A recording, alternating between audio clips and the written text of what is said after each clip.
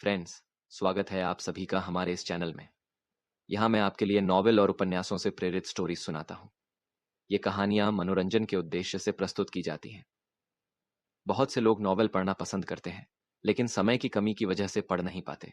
इसलिए मैं इन्हें आसान और सुनने योग्य रूप में आपके सामने लाता हूँ, ताकि आप काम करते हुए, खाना खाते हुए या कभी भी, कहीं भी इन कहानियों का आनंद ले सकें। अगर आपको हमारा कंटेंट पसंद आए, तो चैनल को सब्सक्राइब और शेयर जरूर करें। तो चलिए शुरू करते हैं आज का एपिसोड। एपिसोड 66। अगर वो बहुत ताकतवर होते, जैसे युद्ध सम्राट रैंक 5वें स्तर और उससे ऊपर के मार्शल आर्टिस्ट, तो उनसे निपटना उसके लिए थोड़ा मुश्किल होता। लेकिन आरब ने युद्ध सम्राट रैंक 5वें स्तर और उससे ऊपर के इन मार्शल आर्टिस्टों को निशाना बनाने की योजना नहीं बनाई थी। इन मार्शल आर्टिस्टों को फिलहाल झाझर के आदमी देर तक उलझाए रखते। झाझर के आदमियों को कम मत आंको, भले ही तादाद में उन्हें फायदा था, कुछ समय तक देरी करना कोई समस्या नहीं होती। जब तक वो समय खरीद सकते, आरब को पूरा भरोसा था कि वो अपनी ताकत से पासा पलट सकता है। अब उसका निशाना युद्ध सम्राट रैंक 5वें स्तर और उससे नीचे के मार्शल आर्टिस्ट थे। पहले वाले पर नजर रखो। आरब ने अभिनव के एक आदमी को चुना। ये युद्ध सम्राट रैंक 3रे स्तर का मार्शल आर्टिस्ट था। जब उसने आरब को देखा, तो उसकी आंखें सिकुड़ गईं और वो खुशी से चिल्लाया, ये तुम हो, यांग सरनेम वाले। तुम सच में यहां हो। हाँ हाँ, लोहे के जूते पहनकर ढूंढने पर भी नहीं मिला, और अब तुम मेरे सामने खड़े हो। तुम्हारे सिर की कीमत बहुत है। चूंकि तुम मेरे ठीक सामने आ गए हो, तो मैं तुम्हारा सिर ले लूंगा। उसकी बात खत्म होते ही मार्शल आर्टिस्ट ने सीधे हमला कर दिया, आरब को मारने की कोशिश में। आरब ने ठंडी आवाज में कहा, भोले। उसकी बात खत्म होते ही आरब ने हाथ हिलाया। शेप शिफ्टिंग लिक्विड अग्नि प्रकट हुई और सीधे उस युद्ध सम्राट रैंक 3रे स्तर के मार्शल आर्टिस्ट को ढक लिया। मार्शल आर्टिस्ट साफ तौर पर समय पर प्रतिक्रिया नहीं दे सका, और जब उसने होश में आया, तब तक बहुत देर हो चुकी थी। बस कुछ चीखों के बाद वो पूरी तरह खामोश हो गया। पहला, आरब बुदबुदाया, युद्ध सम्राट रैंक 5वें स्तर और उससे ऊपर के मार्शल आर्टिस्टों को मारना थोड़ा मुश्किल था, लेकिन युद्ध सम्राट रैंक 5वें स्तर और उससे नीचे के मार्शल आर्टिस्टों को मारना उसके लिए आसान था। वो अब इस फायदे को पूरी तरह उठा सकता था और धीरे धीरे चंगेजी और अभिनव के आदमियों की संख्या घटा सकता था। फौरन आरब ने अपना दूसरा निशाना ढूंढा। दूसरा निशाना थोड़ा ताकतवर युद्ध सम्राट रैंक 4थे स्तर का मार्शल आर्टिस्ट था, लेकिन फिर भी आरब का मुकाबला नहीं कर सका और उसे तुरंत मार डाला। फिर तीसरा, चौथा, पांचवा। पलक झपकते ही आरब ने युद्ध सम्राट रैंक 5वें स्तर और उससे नीचे के 10 से ज्यादा मार्शल आर्टिस्ट मार डाले। इतनी कार्यक्षमता और रफ्तार सब अभिनव के आदमियों के बहुत कमजोर होने की वजह से थी। उन्हें भीड़ कहना उन्हें ज्यादा आंकने जैसा था। आरब ने पहले सोचा था कि उसे अपनी योजना में कुछ दिक्कत आएगी, लेकिन यह तो आसानी से हो गया। बेशक भले ही यह आसान था, फिर भी उसे कुछ परेशानी हुई। उसका युद्ध सम्राट रैंक 5वें स्तर और उससे नीचे के मार्शल आर्टिस्टों की बेरहम हत्या करना जल्द ही अभिनव के दूसरे आदमियों की नजर में आ गया। अभिनव के अधीन जो लोग खाली थे, उन्होंने आरब को भीड़ में युद्ध सम्राट रैंक 5वें स्तर और उससे नीचे के मार्शल आर्टिस्टों का कत्ल करते देखा और आरब से निपटने के लिए इकट्ठा हो गए। ये यांग सरनेम वाला मौके का फायदा उठा रहा है, चलो पहले इससे निपटते हैं। इस यांग सरनेम वाले को मार डालो। पलक झपकते ही 7-8 युद्ध सम्राट रैंक के योद्धा आरब की तरफ दौड़ पड़े। एक नजर में सबसे ताकतवर युद्ध सम्राट रैंक 6ठे स्तर तक पहुंचा था और सबसे कमजोर के पास युद्ध सम्राट रैंक दूसरे स्तर की ताकत थी। अगर सिर्फ एक इंसान होता तो कोई दिक्कत नहीं थी, लेकिन जब 7-8 इकट्ठा हो गए, तो आरब को थोड़ी दिक्कत होने लगी। बिना कुछ कहे वो पलटा और भाग गया, सीधा अग्निधारा संप्रदाय के उस आंगन की तरफ जहां वो ठहरा था। पीछा कर रहे मार्शल आर्टिस्टों को आंगन का रहस्य समझ नहीं आया और वो आरब के पीछे पीछे अंदर घुस गए। लेकिन जैसे ही वो अंदर घुसे, उन्होंने चारों तरफ का फर्क महसूस किया। ये जाल है, बुरा हुआ, यहां जाल है। अब पता चला, क्या बहुत देर नहीं हो गई? आरब ने फूंफकारा। पहले वो युद्ध सम्राट रैंक 5वें स्तर और उससे ऊपर के मार्शल आर्टिस्टों से निपटने से डरता था, क्योंकि वो जल्दी गिरना नहीं चाहता था। लेकिन अब वो नहीं डरता था। वो पहले ही 10 से ज्यादा मार चुका था, और अगर वो अब गिर भी जाते, तो उनकी संख्या सीमित होती। जब तक उनकी संख्या सीमित थी, वो जाल का इस्तेमाल करके उन सबको मार सकता था। इसी पल आरब ने पल भर में जाल को सक्रिय कर दिया।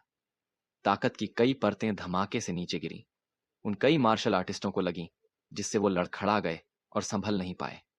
लेकिन यह सिर्फ थोड़े समय के लिए था, और जल्द ही उन्होंने अपने पैर जमा लिए, जाल के खिलाफ सहयोग किया और आरब से लड़ने लगे। आरब ने नहीं सोचा था कि सिर्फ जाल पर भरोसा करके वो उन्हें हरा सकता है। उसने Thunderbolt strike, shape shifting liquid अग्नि या यहां तक कि स्टार फायर का भी इस्तेमाल किया, कई युद्ध सम्राट रैंक के मार्शल आर्टिस्टों के खिलाफ लड़ते हुए, जिससे नतीजा बताना मुश्किल हो रहा था। 8 युद्ध सम्राट रैंक के मार्शल आर्टिस्टों ने मिलकर हमला किया।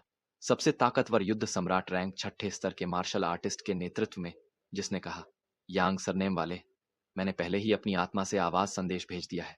हमारी मदद जल्द ही आ जाएगी। हे, तुम्हारा जाल सच में ताकतवर है, लेकिन तुम कितने लोगों से लड़ सकते हो? तुम यहीं मरोगे। आरब ने यह सुना और कोई डर नहीं दिखाया, बल्कि ताना मारा। अगर मैं तुम होता तो ध्यान से सोचता और हालात को और करीब से देखता। क्या तुम नहीं देख सकते कि तुम्हारे आस पास क्या हो रहा है? अभिनव, जिसका तुमने अनुसरण किया, मेरे हाथों मारा जा चुका है। क्या तुम्हें सच में लगता है कि तुम मुझे मार सकते हो? ये लोग अभिनव से बहुत दूर थे और स्वाभाविक रूप से अभिनव की मौत के बारे में नहीं जानते थे। अब उन्होंने दिव्य आत्मा से खोजा तो सच में अभिनव का कोई निशान नहीं मिला। ऐसा लग रहा था जैसे अभिनव पूरी तरह हवा में गायब हो गया हो। इसकी इकलौती व्याख्या यही थी कि वो मर चुका था। क्या क्या सेक्ट लीडर मर गया? ये कैसे मुमकिन है? अभिनव के कई आदमी इसे स्वीकार नहीं कर पाए। युद्ध सम्राट रैंक 6ठे स्तर के बुजुर्ग की आंखें घूम गईं, मानो कुछ सोच रहा हो, और जल्द ही उसने चिल्लाकर कहा, यांग सरनेम वाले, भले ही सेक्ट लीडर मर गया हो तो क्या, हमारे पास अब भी चंगेजी हैं। तुम आज बिना शक मरोगे। हा हा हा, क्या तुम अपना दिमाग थोड़ा और नहीं लगा सकते? अभिनव के बिना चंगेजी के अधीन तुम्हारी रक्षा कौन करेगा? अभिनव और चंगेजी का सहयोग बस दो शिकारियों के बीच का सौदा था। कौन जाने कौन किसकी पीठ में छुरा घोंप देता। अभिनव के साथ तुम चंगेजी से बातचीत कर सकते थे, लेकिन अभिनव के बिना तुम्हारे पास बातचीत करने को क्या है? आज तुम चंगेजी की मदद करके मुझे मार डालोगे, और कल वो अग्निधारा संप्रदाय निगल जाएगा, और फिर तुम्हें भी साथ निगल जाएगा। आरब ने उनकी तरफ देखा। वो बहुत समय से यह कहना चाहता था। अभिनव के आदमी बस एक अराजक भीड़ थे। इन शब्दों का इस्तेमाल करके उन्हें फायदे नुकसान समझाने से वो बिना किसी सवाल के जरूर कुछ और चुनाव करते, जैसे अभी। आरब के ऐसा कहने के बाद अभिनव के कई आदमी गहरी सोच में पड़ गए। आरब ने धीरे से कहा, तो अब तुम्हें साफ सोच लेना चाहिए कि मेरा विरोध करने का क्या मतलब और कीमत है। मुझे मारने से तुम्हें क्या फायदा? तुम अभिनव के जिंदा होने पर उसके लिए मुझे मार सकते थे, लेकिन अब जब वो मर चुका है, मुझे मत बताना कि तुम अब भी उसकी मौत का बदला लेना चाहते हो। आरब के शब्दों ने अभिनव के आदमियों को जगा दिया। उनमें से कोई भी सच में अभिनव का बदला नहीं लेना चाहता था। वो सब अपने अपने फायदे के लिए यहां थे। मुझे अचानक याद आया कि मुझे कुछ काम निपटाने हैं, तो मैं जा रहा हूं। सबसे ताकतवर युद्ध सम्राट रैंक 6ठे स्तर का बुजुर्ग मुड़ा और चला गया। हालांकि उसका फैसला बस एक छोटे से पल में लिया गया था, लेकिन ये एक सोच समझ कर लिया गया फैसला था। वजह साफ थी। आरब ने जो कहा वो सच में सही था। अब जबकि अभिनव मर चुका था, आरब को निशाना बनाने का क्या फायदा? अगर उसने आरब को मार भी दिया तो उससे क्या होता? आखिर में सिर्फ सिटी लॉर्ड चंगेजी को फायदा होता, और उनसे इसका कोई लेना देना नहीं था। वो तो शायद फायदों के बंटवारे पर अपना ही विनाश ले आते। बुजुर्ग लू, तुम्हारा इससे क्या मतलब है? बाकी बचे मार्शल आर्टिस्ट घबरा गए। बुजुर्ग लू, युद्ध सम्राट रैंक 6ठे स्तर का ताकतवर होने के साथ साथ आरब को मारने में भी एक अहम किरदार था। मैं सबको सलाह देता हूं कि जल्दी से पीछे हट जाओ। मास्टर यांग सही कह रहे हैं। इस रास्ते पर चलते रहना हमारे लिए अच्छा नहीं है। मैंने तो सब समझ लिया है और पहले जा रहा हूं। बुजुर्ग लू ने और शब्द बर्बाद नहीं किए। वो जल्दी से इस मुसीबत भरी जगह को छोड़ना चाहता था। आखिर जितनी देर रुकता, उतना ही ज्यादा उलझता जाता। बुजुर्ग लू को जाते देख बाकी बचे कुछ लोगों ने, चाहे वो आरब की कही बातों के फायदे नुकसान को समझ पाए या नहीं, कम से कम बुजुर्ग लू का चुनाव तो देख ही लिया। लोग अजीब प्राणी हैं। उन्हें हमेशा लगता है कि दूसरों का चुनाव सही होता है, और वो उसी चुनाव का अनुसरण करते हैं। बुजुर्ग लू ने पहला चुनाव किया। नीचे के मार्शल आर्टिस्टों ने एक दूसरे को देखा और फिर आरब पर डरी हुई नजरें डालते हुए पीठ मोड़कर चले गए। ज्यादा समय नहीं बीता था जब अभिनव की मौत की खबर तेजी से फैल गई। इसका फैलना आंशिक रूप से आरब की जानबूझकर की गई हरकतों और बुजुर्ग लू और दूसरों द्वारा अपने करीबी दोस्तों को बताने की वजह से हुआ। नतीजतन अभिनव के मातहत भड़क गए और स्थिति के बारे में उनकी समझ पूरी तरह बदल गई। उनमें से कई, जैसे ही उन्हें एहसास हुआ कि अभिनव मर चुका है और अपनी मौजूदा स्थिति पर विचार किया, तुरंत वहां से निकल जाने में देर नहीं लगाई। एक बार जब किसी ने पहल कर दी तो दूसरों ने भी उसका अनुसरण किया। अभिनव का कोई भी मातहत उसका बदला लेने नहीं आया और बस करीब आधे घंटे में जब उसकी मौत की खबर पूरी तरह फैल गई तो वो सब भाग गए। वो मूर्ख नहीं थे। वो जानते थे कि अब जाना सबसे अच्छा विकल्प है। चाहे वो आरब के अग्निधारा संप्रदाय के साथ रहते या सिटी लॉर्ड चंगेजी का अनुसरण करते, दोनों ही नतीजे अच्छे नहीं होते। बेहतर था कि वो अब चले जाएं। न आरब और न ही सिटी लॉर्ड चंगेजी के पास उनके फैसलों की चिंता करने का समय था। आरब का कभी भी अभिनव के अधीन लोगों के पीछे जाने का इरादा नहीं था। उनका जाना उसकी मौजूदा योजना का सबसे अहम हिस्सा था, क्योंकि अभी एक खास मायने में उनकी ताकतों ने सच में आकार ले लिया था। बेशक फिर भी जीतने की संभावना ज्यादा नहीं थी। अभी अभी झाझर के मातहतों को भारी नुकसान उठाना पड़ा था। 10 से ज्यादा मारे गए और बाकी बचे मार्शल आर्टिस्ट घायल और बुरी तरह थके हुए थे। हालांकि सिटी लॉर्ड चंगेजी के मार्शल आर्टिस्टों को भी नुकसान हुआ था, लेकिन वो आखिरकार अभिनव के मातहत नहीं थे। सिटी लॉर्ड चंगेजी के लड़ाके उसके द्वारा सावधानी से तैयार किए गए कुलीन थे, जो झाझर के अधीन लोगों से बहुत अलग नहीं थे। सेक्ट लीडर, अब हम क्या करें? हाँ, सेक्ट लीडर, हम क्या करें? झाझर और सिटी लॉर्ड चंगेजी को छोड़कर, जो एक ऐसी लड़ाई में उलझे थे जिसमें कोई और दखल देने की हिम्मत नहीं करता था, आरब के आदमी और सिटी लॉर्ड चंगेजी के आदमी एक गतिरोध पर पहुंच गए थे। आरब ने सिटी लॉर्ड चंगेजी के अधीन लोगों को देखा और अपनी भौहें सिकोड़ लीं। जिस तरह से भी देखो, सिटी लॉर्ड चंगेजी के आदमियों को फायदा था, जबकि उनका अपना पक्ष नुकसान में था। सीनियर लूना, क्या आप और दूसरी मछली जनजाति की महिलाएं तैयार हैं? आरब ने आत्मा संदेश से पूछा। जवान मालिक, लगभग तैयार। अभिनव द्वारा बनाया गया यह महाजाल विनाश वृक्ष जाल कहलाता है। इसे 10,000 साल पुराने प्राचीन पेड़ के सार से बनाया गया है। एक बार सक्रिय होने पर जाल द्वारा जमीन में गाड़े गए बीज तुरंत पेड़ की शाखाओं और बेलों में बदल जाएंगे, जो दुश्मन का गला घोंट देंगी। ये बहुत ताकतवर है और इसे बदलने के कदम जटिल हैं। अगर हमें इस महाजाल को अपने कब्जे में लेना है तो थोड़ा समय लगेगा। कृपया हमें एक कप चाय पीने जितना समय दें। मछली जनजाति के कई बुजुर्गों ने आवाज संदेश से जवाब दिया। दरअसल आरब के जाने से पहले ही अभिनव ने अग्निधारा संप्रदाय के अंदर ये महाजाल बिछा रखा था। महाजाल चुपके से बिछाया गया था और आम लोग इसका पता नहीं लगा सकते थे। आरब को इसके बारे में पवित्र चींटियों से ही पता चला।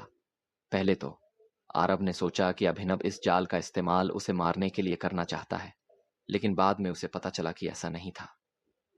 अगर अभिनव का असली मकसद आरब को जाल से मारना होता तो सिटी लॉर्ड चंगेजी को बुलाने की कोई जरूरत नहीं थी। अगर आरब ने सही अंदाजा लगाया तो अभिनव का असली इरादा उसे मारने और फिर जाल का इस्तेमाल करके सिटी लॉर्ड चंगेजी को खत्म करने का था और आखिर में गरुड़ सिटी पर कब्जा करना। यही अभिनव की असली महत्वाकांक्षा थी। यही वजह थी कि अभिनव ने लड़ाई शुरू होने पर जाल सक्रिय नहीं किया। वो सिटी लॉर्ड चंगेजी से मुकाबला करने के लिए सबसे नाजुक पल का इंतजार कर रहा था। बदकिस्मती से अभिनव को जाल सक्रिय करने का मौका नहीं मिला, और अगर अब उसे मौका मिलता भी तो वो ऐसा नहीं कर सकता था। आरब ने अग्निधारा संप्रदाय में प्रवेश करने की हिम्मत इसलिए की क्योंकि उसके पास अपनी वजहें थीं। जैसे ही वो अंदर घुसा, उसने चुपके से मछली जनजाति के जाल मास्टरों को जाल केंद्र ढूंढने भेज दिया और फिर पल भर में जाल को पंगु बना दिया। इस तरह अभिनव जाल सक्रिय नहीं कर सका। बेशक न ही वो कर सका, तो मछली जनजाति को प्रतिबंधों को संशोधित और बदलने के लिए समय चाहिए था, ताकि जाल उसके नियंत्रण में आ जाए। ये इस लड़ाई में आरब के त्रुप के पत्तों में से एक था, लेकिन बदकिस्मती से इस प्रक्रिया में थोड़ा समय लग रहा था। 1 कप चाय पीने जितना समय। ठीक है, चलो 1 कप चाय पीने जितनी देर और रुकते हैं। मैं उत्सुक हूं कि यह विनाश वृक्ष जाल आखिर कितना ताकतवर है। आरब ने अपने आप से बुदबुदाया। ये सोचते हुए उसने अपने आसपास के अग्निधारा संप्रदाय के मार्शल आर्टिस्टों को निर्देश दिया। सब लोग, हालांकि तुम अभी बुरी तरह घायल और थके हुए हो, मेरा भरोसा करो। अगर तुम बस एक कप चाय पीने जितनी देर और टिक सकते हो तो तुम पूरी जीत हासिल कर सकते हो सेक्ट लीडर, चाहे आप हमें दिलासा दे रहे हो या नहीं। चूंकि उप सेक्ट लीडर झांझर आपका अनुसरण करते हैं, हमें आप पर पूरा भरोसा है। ये सही है, ये चंगेजी कोई अच्छा इंसान नहीं है। वो हमेशा से हमारे अग्निधारा संप्रदाय को निगलना चाहता था। हम उसे बचने नहीं देंगे। चलो लड़कर ही निपटते हैं।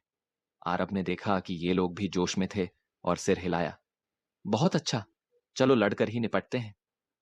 उनकी चर्चा के बाद सिटी लॉर्ड चंगेजी के आदमियों के लिए नतीजा भी सामने आ गया। तुम छोटे बच्चे यांग सरनेम वाले, जब तुमने सेक्ट लीडर का पद संभाला, हम सिटी लॉर्ड चंगेजी के साथ तुम्हें देख रहे थे। इतनी कम उम्र में इतनी ताकत। अगर हमने तुम्हें जिंदा छोड़ दिया तो क्या तुम गरुड़ सिटी के लिए खतरा नहीं बनोगे? सिटी लॉर्ड चंगेजी सही कहते हैं। हमें पहले तुम्हें मारना ही होगा। हमला करो, बस उस बच्चे के कद्दू से सावधान रहना। सिटी लॉर्ड चंगेजी के पक्ष से युद्ध सम्राट रैंक के शिखर पर पहुंचा एक मार्शल आर्टिस्ट चिल्लाया। उसके कवच को देखते हुए वो जरूर चंगेजी के अधीन कम से कम एक सेनापति का पद रखता होगा। लेकिन अरब इस बार गलत था, क्योंकि 9 सितारा कद्दू के उपयोग की सीमाएं हैं। अगर 9 सितारा कद्दू द्वारा सोखी गई तकनीक सिर्फ एक सामान्य शक्ति तकनीक है तो इसका लगातार इस्तेमाल किया जा सकता है। लेकिन अगर यह किसी ऐसी तकनीक को सोख लेता है जो मार्शल आर्टिस्ट की अपनी ताकत की सीमा से कहीं परे है, तो यह काम नहीं करेगा। 9 सितारा कद्दू को ठीक होने के लिए समय चाहिए, और आरब ठीक ठीक नहीं बता सकता था कितना समय, लेकिन संभावना थी कि जल्द ही इसका दोबारा इस्तेमाल करना नामुमकिन होगा। जैसे कहा जाता है, हर चीज के फायदे और नुकसान होते हैं। इसी पल चंगेजी के आदेश पर उसके मार्शल आर्टिस्ट ज्वार की तरह अग्निधारा संप्रदाय के योद्धाओं की तरफ दौड़ पड़े। संख्या में उनकी सेना ने अग्निधारा संप्रदाय को कुचल दिया। याद रखना, बस एक कप चाय पीने जितना समय। आरब दहाड़ा। उसकी आवाज गिरते ही अग्निधारा संप्रदाय के मार्शल आर्टिस्ट भी आगे बढ़ गए। आरब ने सबसे पहले दुश्मन का सामना किया, एक सेक्ट लीडर से उम्मीद किए जाने वाले प्रदर्शन का प्रदर्शन करते हुए। बिना डरे वो एक युद्ध सम्राट रैंक 5वें स्तर के योद्धा से भिड़ गया। युद्ध सम्राट रैंक 5वां स्तर का योद्धा चौथे स्तर के मार्शल आर्टिस्ट से कहीं ज्यादा ताकतवर था। आरब ने आखिरकार उसे हराने में बहुत मेहनत की। इसके बाद आरब ने तुरंत अगला निशाना ढूंढा। जैसे जैसे उसने चंगेजी के अधीन योद्धाओं को मारा, चंगेजी की सेना के कुलीनों ने भी अग्निधारा संप्रदाय के योद्धाओं को मार डाला। पलक झपकते ही लाशें आसमान से गिर पड़ीं और खून ने अग्निधारा संप्रदाय को लाल कर दिया। यह देखना मुश्किल नहीं था कि अग्निधारा संप्रदाय के मार्शल आर्टिस्टों की संख्या घटती जा रही थी। आरब की ताकत अपने साथियों से कहीं परे होने के बावजूद वो ताकत और संख्या के अंतर की वजह से उनकी हार को नहीं रोक सका, जो और भी साफ होता गया। झांझर के अधीन योद्धाओं का दृढ़ संकल्प था, लेकिन जब उन्होंने निराशाजनक स्थिति देखी तो वो हतोत्साहित हो गए और उनकी लड़ने की इच्छा शक्ति कमजोर पड़ गई। स्थिति बेकाबू हो गई। कमांडर हूँ, अग्निधारा संप्रदाय के ये लोग हार रहे हैं। उनमें से बस कुछ ही बचे हैं। वो योद्धा जो युद्ध सम्राट रैंक के शिखर पर पहुंच गया था और ताकत में चंगेजी के बाद दूसरे नंबर पर था, सेनापति का पद संभाल रहा था और पदानुक्रम में चंगेजी से ठीक नीचे था। वो सच में ताकतवर था और चंगेजी के प्रति बहुत वफादार था। उसने लंबे समय तक चंगेजी की ईमानदारी से सेवा की थी। अब पूरे माहौल का प्रभारी होने पर उसने अपनी गर्दन घुमाई। सिर्फ 1 दर्जन या इतने ही बचे हैं। झांझर के मातहत सच में अभिनव के बेकार लोगों से तुलना नहीं कर सकते। उन्होंने हमारे दर्जनों भाइयों को घायल कर दिया है। ये यांग नाम का जवान काफी ताकतवर है। सिर्फ युद्ध सम्राट रैंक के दूसरे स्तर के साथ उसने हमारे युद्ध सम्राट रैंक 5वें स्तर के कई भाइयों को हरा दिया है। कमांडर, अब हम क्या करें? कमांडर हू ने हंसते हुए फूंफकारा। क्या कर सकते हैं? क्या वो कुछ थकी हुई आत्माएं आसमान को उलट सकती हैं? सचमुच, जैसे कमांडर हू ने वर्णन किया, आरब और उसके सहयोगी पहले से ही अपनी रस्सियों के अंत में थे। आरब की स्थिति बहुत बुरी नहीं थी, क्योंकि उसकी मूल ऊर्जा अब भी ठीक थी। लेकिन अग्निधारा संप्रदाय के दूसरे योद्धा बुरी तरह घायल थे। उनकी ज्यादातर मूल ऊर्जा खत्म हो चुकी थी और सिर्फ कुछ के पास ही लड़ाई जारी रखने की ताकत बची थी। धत्त तेरे! आरब बुरी तरह चिंतित था। अग्निधारा संप्रदाय के सेक्ट लीडर के रूप में क्या उसे अपने लोगों को एक एक करके मरते देखना चाहिए? अगर ऐसा है तो वो सेक्ट लीडर बनने के काबिल नहीं था। जब वो गहरी सोच में था, अचानक मछली जनजाति के कई बुजुर्गों ने आवाज संदेश भेजा। जवान मालिक, जाल को समायोजित कर दिया गया है। अब हम इसे नियंत्रित करेंगे। ये सुनकर आरब के चेहरे पर खुशी की झलक दिखी। विनाश वृक्ष जाल को आखिरकार समायोजित कर दिया गया है। उसके लिए, जो पहले से ही बेबस स्थिति में फंसा हुआ था, यह बेशक एक बड़ी खुशखबरी थी। सब लोग ध्यान लगाओ और भविष्य की मुसीबतों को खत्म करने के लिए पहले इस यांग बच्चे को मार डालो। कमांडर हू ने आदेश दिया। साफ है कि वो विनाश वृक्ष जाल से अनजान थे, जो अभिनव की चालाकी को दर्शाता था। लेकिन बदकिस्मती से अभिनव ने जो कुछ भी किया, उसका फायदा आखिर में सिर्फ आरब को ही हुआ। जैसे ही कमांडर हू ने सभी योद्धाओं को सब कुछ खत्म करने का आदेश दिया, अचानक जमीन जोर जोर से हिलने लगी। जल्द ही एक हैरतअंगेज शाखा तेज तलवार की तरह जमीन से निकली और दसियों मीटर ऊंची हो गई, एक युद्ध सम्राट रैंक के योद्धा को छेदती हुई। मरते दम तक उस योद्धा को पता नहीं चला कि हुआ क्या। उसका शरीर कांप गया और वो वापस लड़ने में असमर्थ रहा। क्या हुआ? आह! जैसे जैसे शाखाएं निकलती रहीं, एक और योद्धा जमीन से अचानक उठी शाखा से मारा गया। ये न तो पहली थी और न ही आखिरी। जमीन से ज्यादा शाखाएं निकलती रहीं, बिजली की तरह वार करती रहीं, जिससे बचाव करना नामुमकिन हो गया। पलक झपकते ही कमांडर हू के मातहत एक के बाद एक मरते गए। जिस सेना के मूल रूप से सैकड़ों सदस्य थे, अब सिर्फ दर्जनों रह गए, और उनकी संख्या अब भी तेजी से घट रही थी। क्या क्या हो रहा है? वो लोग जो पहले से ही बेबस थे, जैसे अग्निधारा संप्रदाय के सदस्य, पूरी तरह से अवाक रह गए। उन्हें पता नहीं चला कि क्या हुआ। जिंदगी के उतार चढ़ाव ने उनके लिए हंसना या रोना मुश्किल कर दिया। हालांकि उन्हें नहीं पता था कि क्या हुआ था। वो आरब के चेहरे पर शांति देख सकते थे, और इसे पहले बताए गए एक कप चाय के समय सीमा से जोड़कर वो जान गए कि इसका ताल्लुक उसी से है। ये सेक्ट लीडर है। इसका जरूर सेक्ट लीडर से कुछ लेना देना है। सेक्ट लीडर कमाल के हैं। इस मोड़ पर बाकी बचे अग्निधारा संप्रदाय के योद्धाओं ने पूरी तरह से आरब के सामने समर्पण कर दिया। शुरू से अंत तक आरब का हर चुनाव बेशक उन्हें खतरे के कगार से सुरक्षा और आखिर में जीत की तरफ ले गया। जैसे अभी कमांडर हू और उसके लोगों को भारी नुकसान उठाना पड़ा। दर्जनों का समूह अब और भी बदतर स्थिति में था। सिर्फ 3 या 4 बचे थे। वाह! अभिनव द्वारा तैयार किया गया ये विनाश वृक्ष जाल सच में कमाल का है। पहले तो मुझे नहीं लगा था कि ये इतना ताकतवर है। ये सौभाग्य की बात है कि अभिनव ने मुझे गंभीरता से नहीं लिया और जाल सक्रिय कर दिया, वरना चीजें मुश्किल हो जाती। जाहिर है, विनाश वृक्ष जाल की कुंजी 10,000 साल पुराने प्राचीन पेड़ के सार में है। मैं सोचता हूं कि इस प्राचीन वृक्ष सार का क्या काम है। आरब ने अपनी भौहें सहलाईं और सोचने लगा। मछली जनजाति के नियंत्रण से विनाश वृक्ष जाल की ताकत बेशक अधिकतम हो गई। यांग, तुमने क्या किया? कमांडर हू गुस्से से चिल्लाया। उसकी आंखें जमीन से निकलती शाखाओं पर घूम रही थीं, जब वो हमले का सामना करने की कोशिश कर रहा था। लेकिन हर चीज से बचाव करना नामुमकिन था। कमांडर हू लापरवाह था और एक शाखा ने उसे घायल कर दिया। आरब ने तुरंत मौके का फायदा उठाकर हमला किया और जाल को नियंत्रित कर रही मछली जनजाति के साथ समन्वय किया।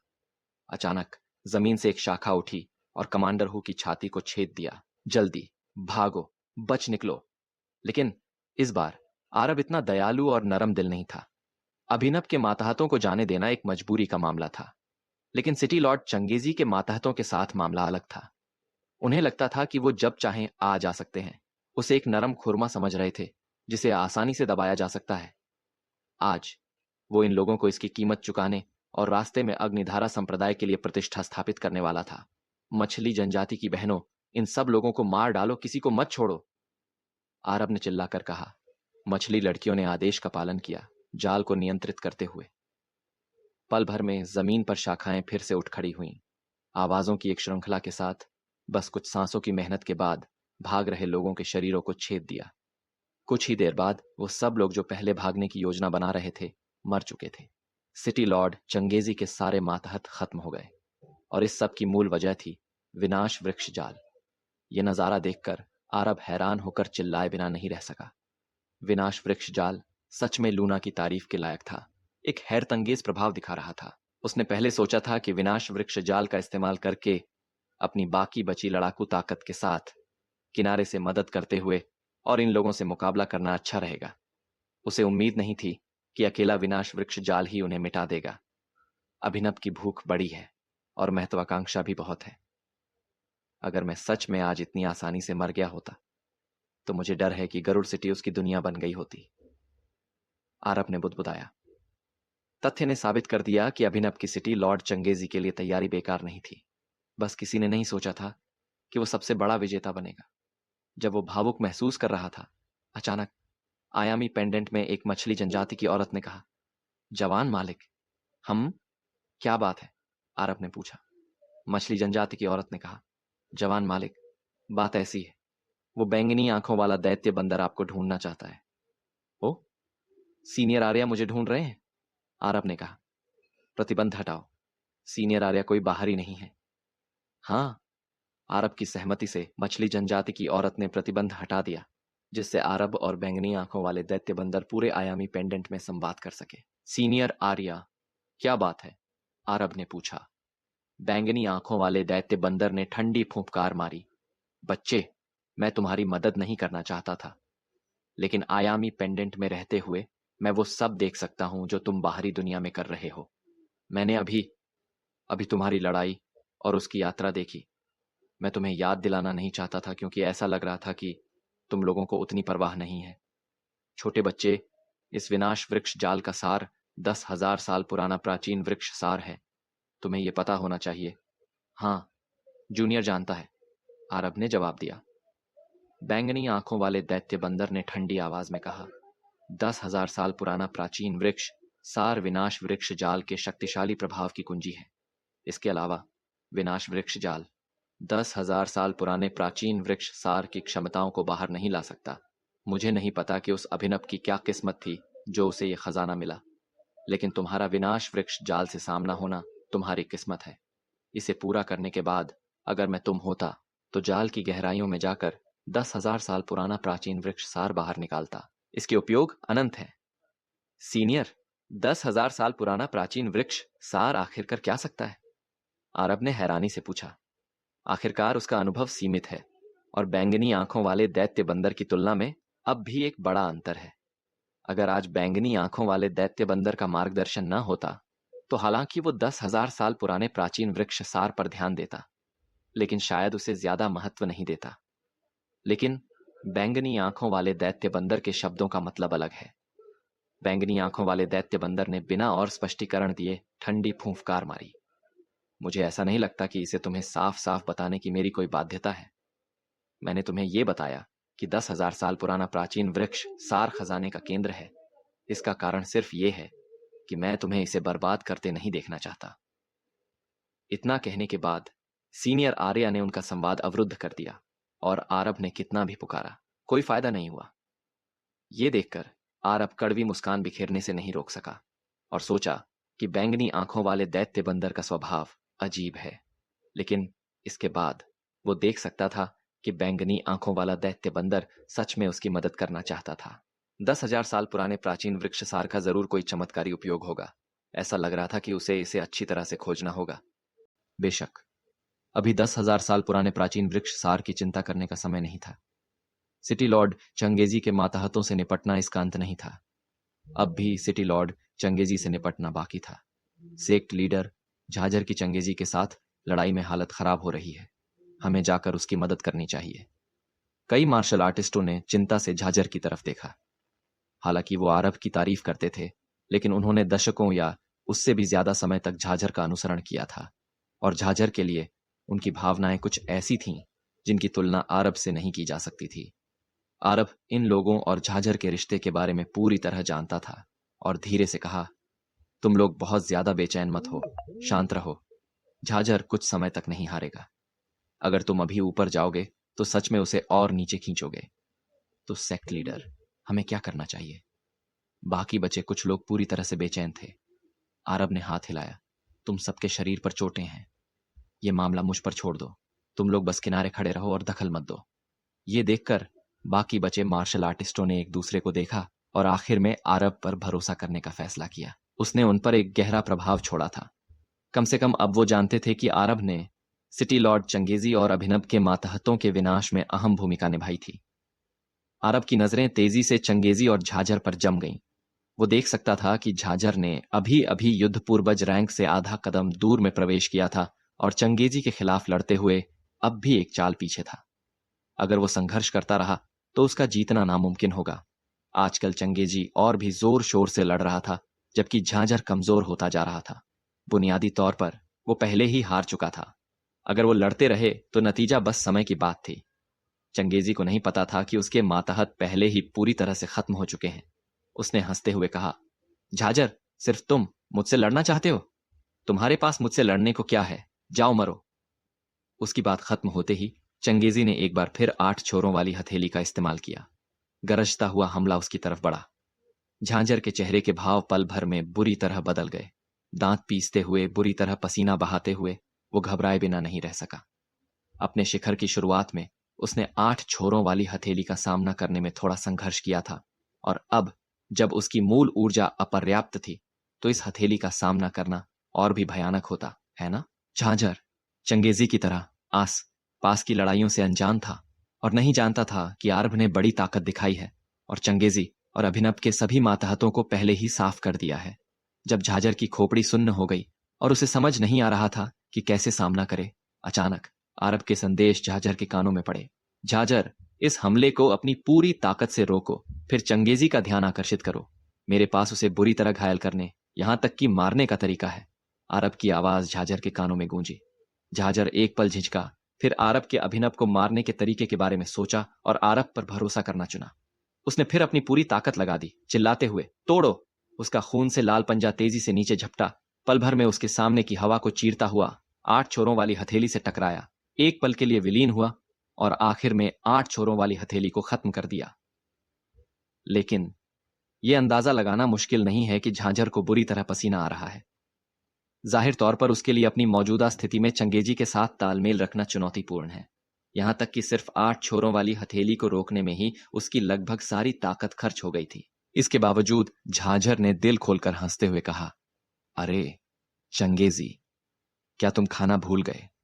क्या तुम्हें सच में लगता है कि तुम इतनी कम ताकत से मुझे मार सकते हो?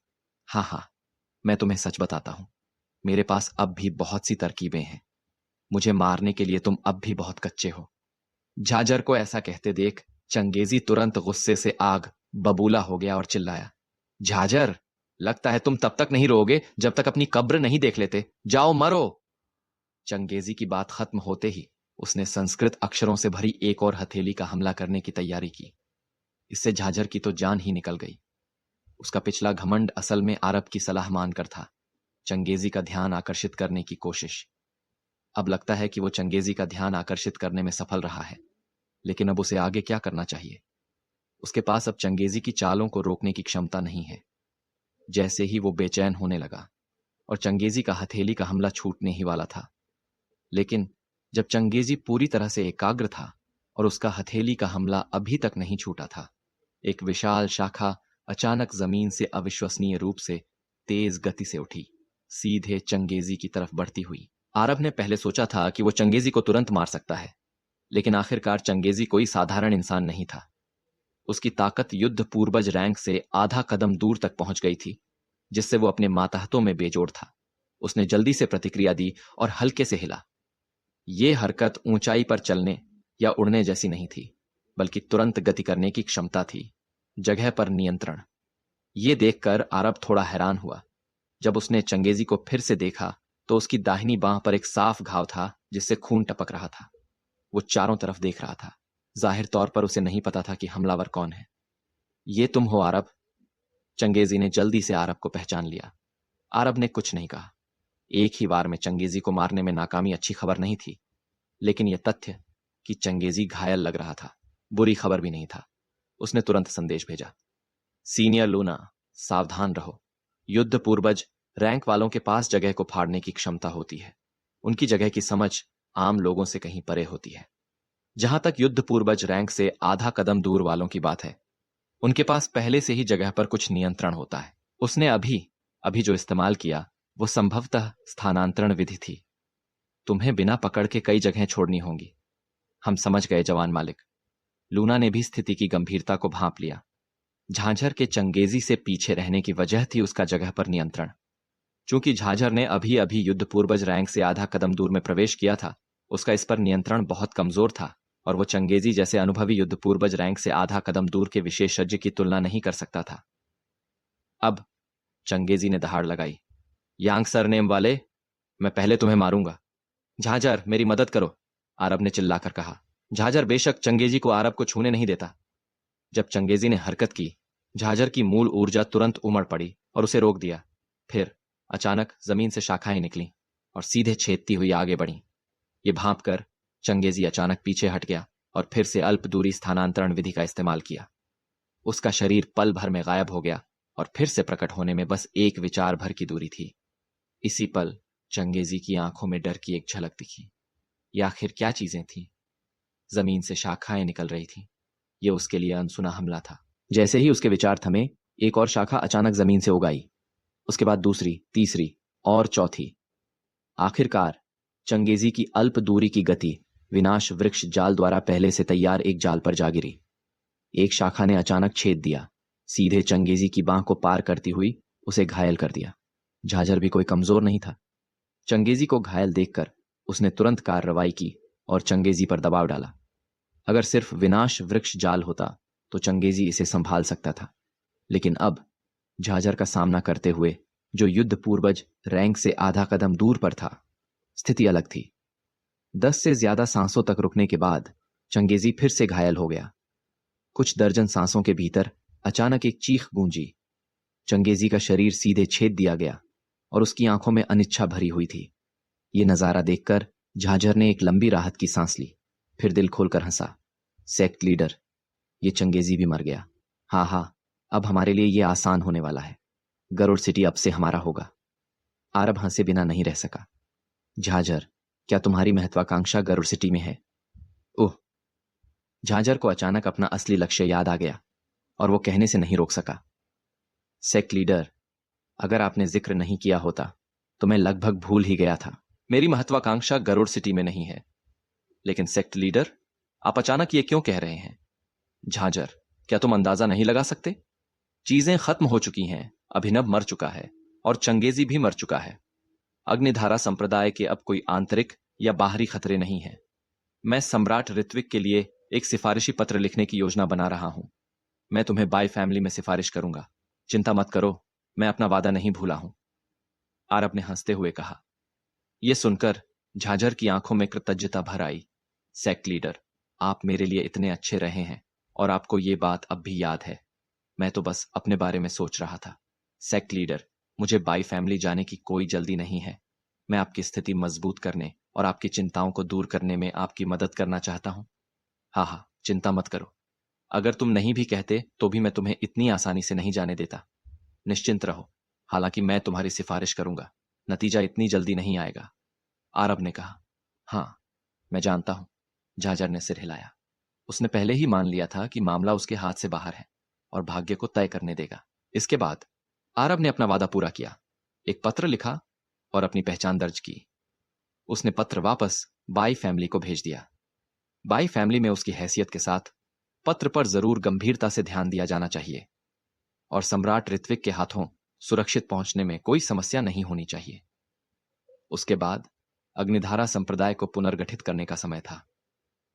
अगर पहले होता तो अग्निधारा संप्रदाय को पुनर्गठित करना इतना आसान नहीं होता, लेकिन अब अभिनव और चंगेजी दोनों के मरने के बाद अग्निधारा संप्रदाय में बचे लोगों के पास चाहकर भी न चाहते हुए भी आरब की बात मानने के सिवा कोई चारा नहीं था।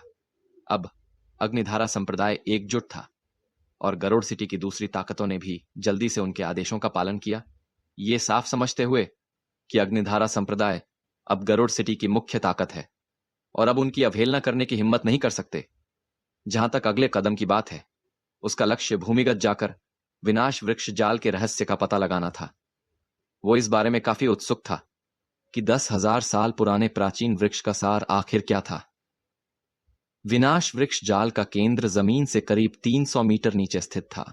यह जगह विनाश वृक्ष जाल को छुपाए रखने और सुरक्षित रखने के लिए थी। यही वजह थी कि इसे खोज पाना मुश्किल था। यहां तक कि सिटी लॉर्ड चंगेजी को भी यह जाल नहीं मिला था। सिर्फ आरब ने ही पवित्र चींटियों की मदद से इसे पहले ही खोज लिया था, वरना शायद वो भी अभिनव के जाल में फंस जाता। आम लोगों के लिए 300 मीटर गहराई तक पहुंचना बहुत मुश्किल था, लेकिन युद्ध सम्राट रैंक तक पहुंच चुके आरब के लिए यह कोई मुश्किल बात नहीं थी। उसने सीधे 300 मीटर गहराई तक खुदाई की और विनाश वृक्ष जाल के जाल केंद्र तक पहुंच गया।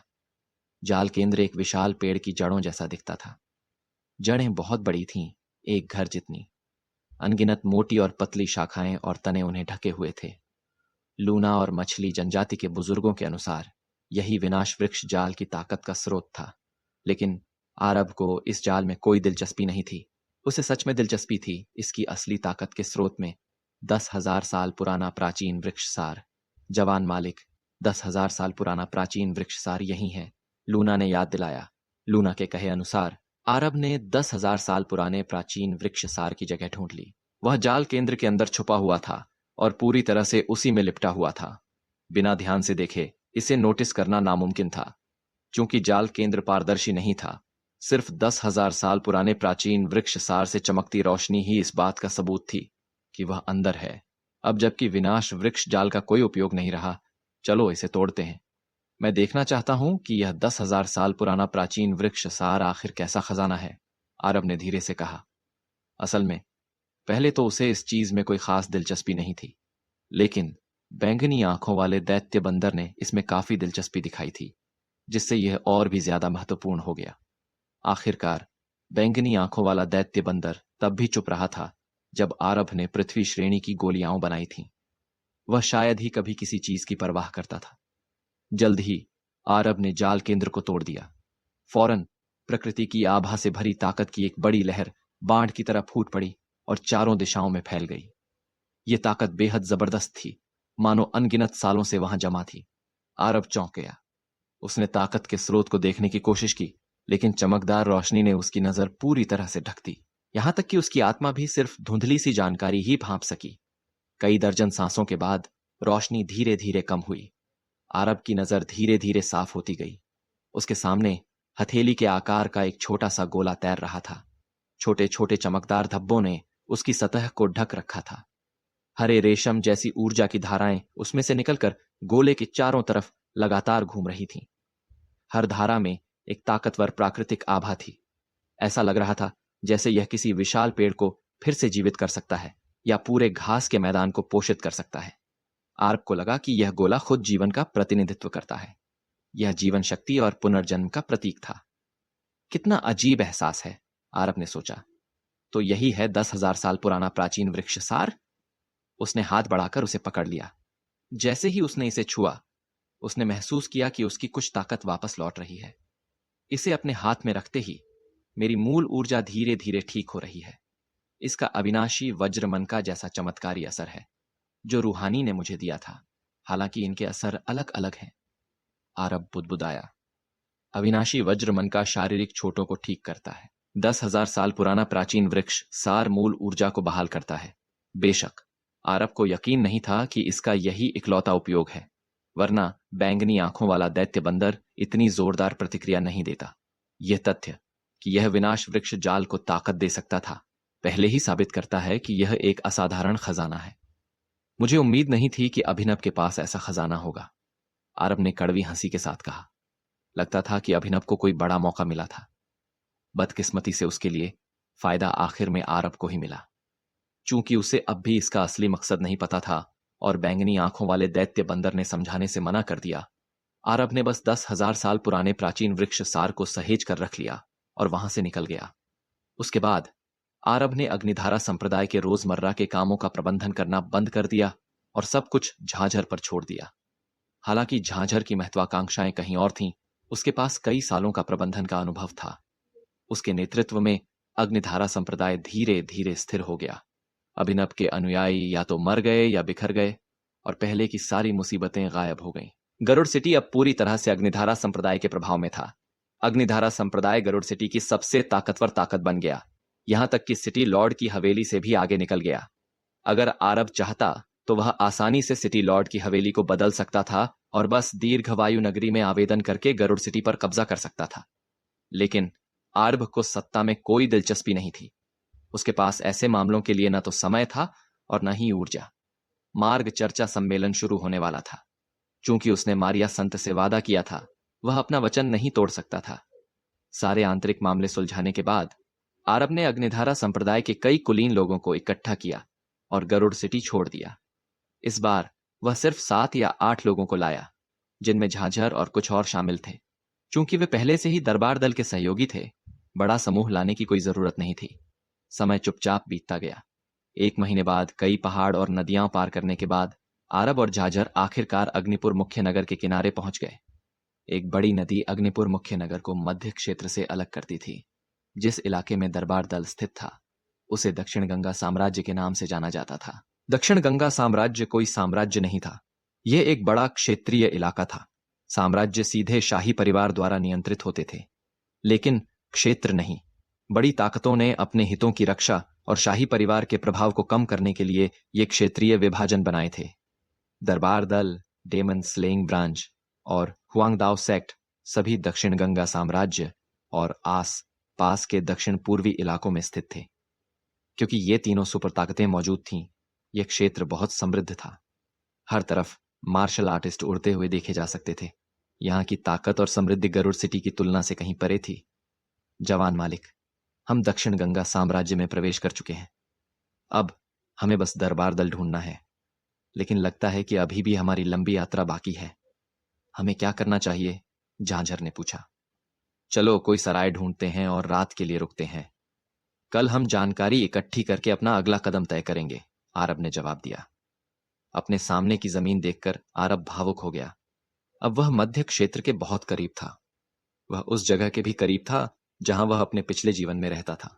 पुरानी यादें उसके दिल में उभर आईं। वह लौटना चाहता था। वह वो जगह देखना चाहता था जहां उसने कभी गोलियां बनाई थीं।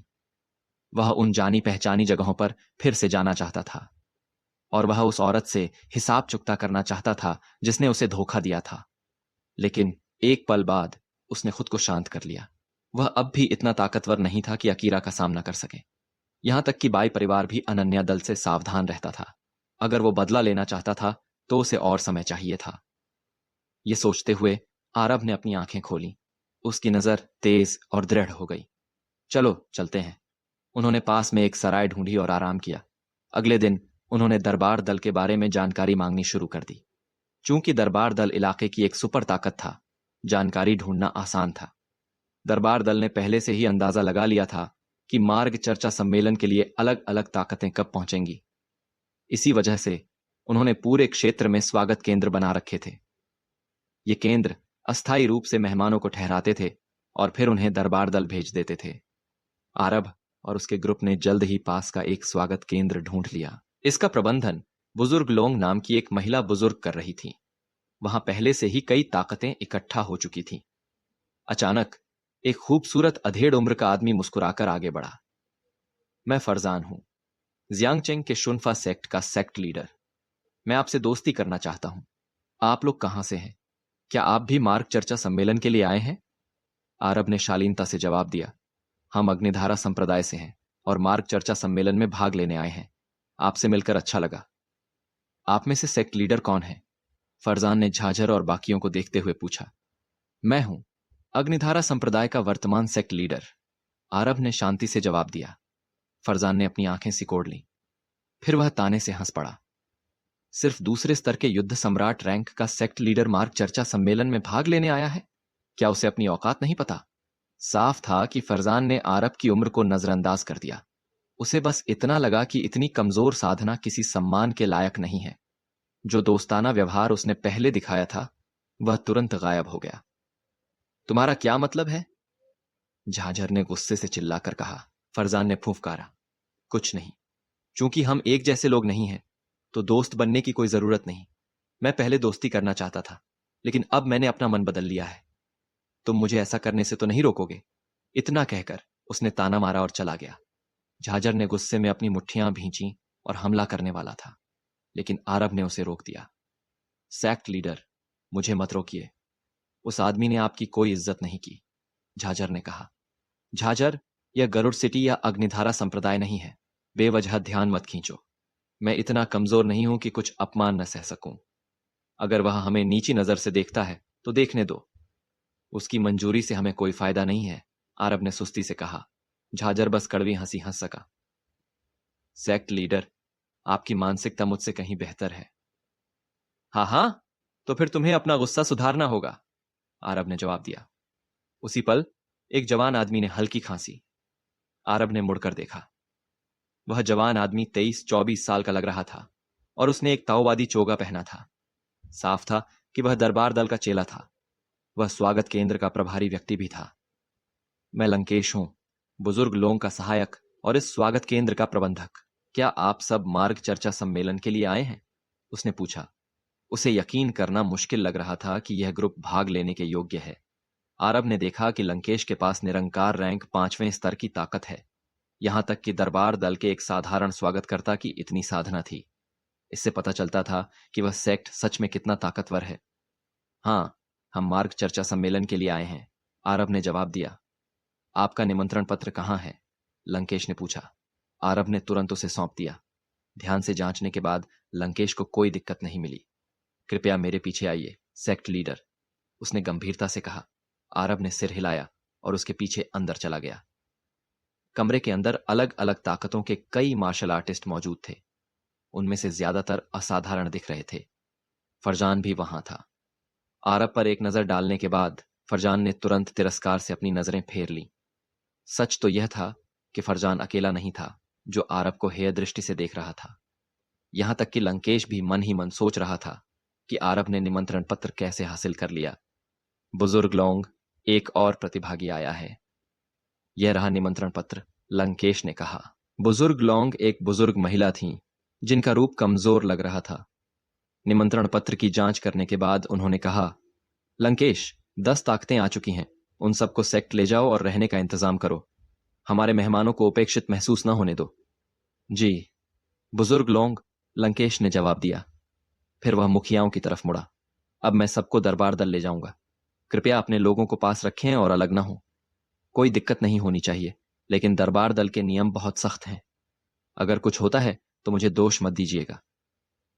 कई मुखिया ताकतवर और घमंडी लोग थे। एक जूनियर को उन्हें व्याख्यान देते सुनकर वे कुछ नाराज हो गए, लेकिन चूंकि बुजुर्ग लोग मौजूद थीं, उनमें से किसी ने भी अपनी नाराजगी दिखाने की हिम्मत नहीं की। आरब ने बुजुर्ग लोगों को ध्यान से देखा। हालांकि वह शांत और हानिरहित दिखती थीं, उनकी ताकत झाझर से भी ज्यादा थी। वह शायद कम से कम तीसरे या चौथे स्तर की युद्ध पूर्वज रैंक की थी। इतनी साधना वहां मौजूद सबको डराने के लिए काफी थी। जिस किसी के भी बुरे इरादे थे, उसने उन्हें देखने के बाद जल्दी से अपने ख्याल त्याग दिए। लंकेश के मार्गदर्शन में सारी ताकतें उसके पीछे पीछे दरबार दल की तरफ चलने को तैयार हो गईं। जैसा लंकेश ने कहा था, दरबार दल वापसी का सफर बिना किसी दिक्कत के सही सलामत रहा। लेकिन दरबार दल के अंदर मामला बिल्कुल अलग था। पूरे सेक्ट में कड़ी सुरक्षा थी। हर तरफ हथियारबंद गश्ती दल देखे जा सकते थे। वे अहम इलाकों की रखवाली, व्यवस्था बनाए रखने और लगातार गश्त लगाने के लिए जिम्मेदार थे। इससे दरबार दल की ताकत और प्रतिष्ठा का पता चलता था। चूंकि मार्ग चर्चा सम्मेलन होने वाला था, दरबार दल स्वाभाविक रूप से लापरवाही नहीं बरत सकता था। सख्त सुरक्षा की वजह से बुरे इरादों वाला कोई भी शख्स गड़बड़ी करने से पहले 2 बार सोचता। साथ ही ताकत का यह प्रदर्शन विभिन्न गुटों के प्रतिनिधियों के लिए एक चेतावनी भी था। आरब और उसका ग्रुप भी इससे अछूता नहीं था। ये सब देखकर लंकेश को बहुत गर्व महसूस हुआ। हालांकि उसकी साधना ऊंची नहीं थी, उसे दरबार दल की सेवा करने पर गर्व था। जब तक सेक्ट की प्रतिष्ठा का सवाल होता, भले ही वह सिर्फ निरंकार रैंक में था, उसे लगता था कि उसका रुतबा छोटी ताकतों के कई युद्ध समर्थ रैंक विशेषज्ञों से कम नहीं है। कुछ देर चलने के बाद लंकेश ने कहा, अब जब आप लोग आ गए हैं तो इधर उधर मत भटकिएगा। मैं पहले ही सब कुछ समझा चुका हूं। मुझे उम्मीद है कि सब लोग नियमों का पालन करेंगे। आरब का स्वाभाविक रूप से इधर उधर भटकने का कोई इरादा नहीं था। कुछ दूसरे मुखिया इससे खुश नहीं थे, लेकिन चूंकि वे दरबार दल में थे, उनके पास सहमति देने के सिवा कोई चारा नहीं था। लंकेश ने फिर ग्रुप को आगे ले जाना जारी रखा। रास्ते में उन्हें विभिन्न गुटों के कई मेहमान मिले। आरब को इससे कोई हैरानी नहीं हुई। मार्ग चर्चा सम्मेलन में कई ताकतों का शामिल होना सामान्य बात थी। उसकी योजना थी कि पहले दरबार दल में ठहर जाए, फिर कुछ और करे। लेकिन अचानक उसे एक जाना पहचाना चेहरा दिखाई दिया। वह और कोई नहीं बल्कि मारिया थी। सिर्फ आरब ने ही उसे नहीं देखा। मारिया पास ही अपने हाथ पीठ पर बांधे खड़ी थी, मेहमानों का मनोरंजन कर रही थी। उसकी खूबसूरत और शालीन छवि ने तुरंत सबका ध्यान अपनी तरफ खींच लिया। मारिया संत, वह सच में उतनी ही खूबसूरत है जितनी अफवाहें कहती हैं। आज उसे देखना कितना सौभाग्य की बात है। वह खुद किसका स्वागत कर रही है? कौन इतना अहम है कि उसके लिए ऐसा करे? लोगों ने जल्द ही उसके पास खड़े जवान आदमी को देख लिया। वह जवान आदमी खूबसूरत और शालीन था। साथ खड़े होकर वह और मारिया एक बेहतरीन जोड़ी लग रहे थे। किसी ने तुरंत उसे पहचान लिया। यह तिलक है, हुआंगदाओ सेक्ट की पिछली पीढ़ी का नंबर 1 जीनियस। मैंने सुना है कि उसने 70 या 80 साल साधना की है और पहले से ही युद्ध सम्राट रैंक में है। देखो वे कैसे बात कर रहे हैं और हंस रहे हैं। एक और शख्स हंसा। क्या तुम नहीं देख सकते? तिलक साफ तौर पर मारिया संत को पसंद करता है। बाकी हुआंगदाओ सेक्ट के सदस्यों को दूसरे लोग ले गए, लेकिन वह उसके साथ बात करने के लिए रुक गया। क्या यह साफ नहीं है? आरब ने तिलक पर बहुत कम ध्यान दिया।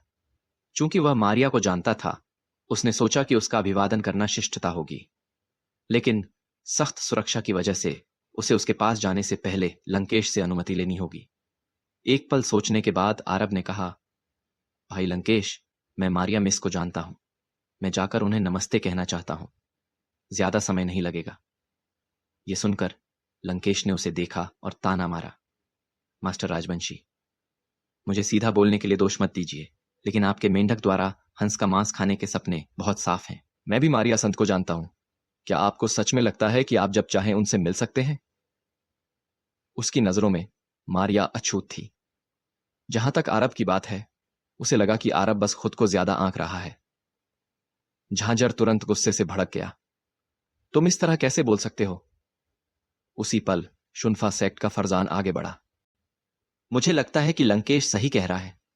मास्टर राजवंशी, लगता है आप भूल गए कि आप कौन हैं। संत कोई ऐसी नहीं है कि आप यूं ही मिल सकें। आप तो बस एक तीसरे दर्जे के सेक्ट के मुखिया हैं। आपको क्या लगता है कि आप अहम हैं? दूसरे लोग जल्दी से शामिल हो गए। संत से कौन नहीं मिलना चाहता? उनसे रिश्ता होने का दावा करना क्या मजाक है? वह शायद आपकी तरफ देखेंगी भी नहीं। कई लोगों ने हंसकर उसका मजाक उड़ाया। आरब ने बस कंधे उचकाए और गुस्सा नहीं हुआ। वह असल में मारिया को नमस्ते कहना चाहता था, लेकिन सोचने के बाद उसने छोड़ दिया।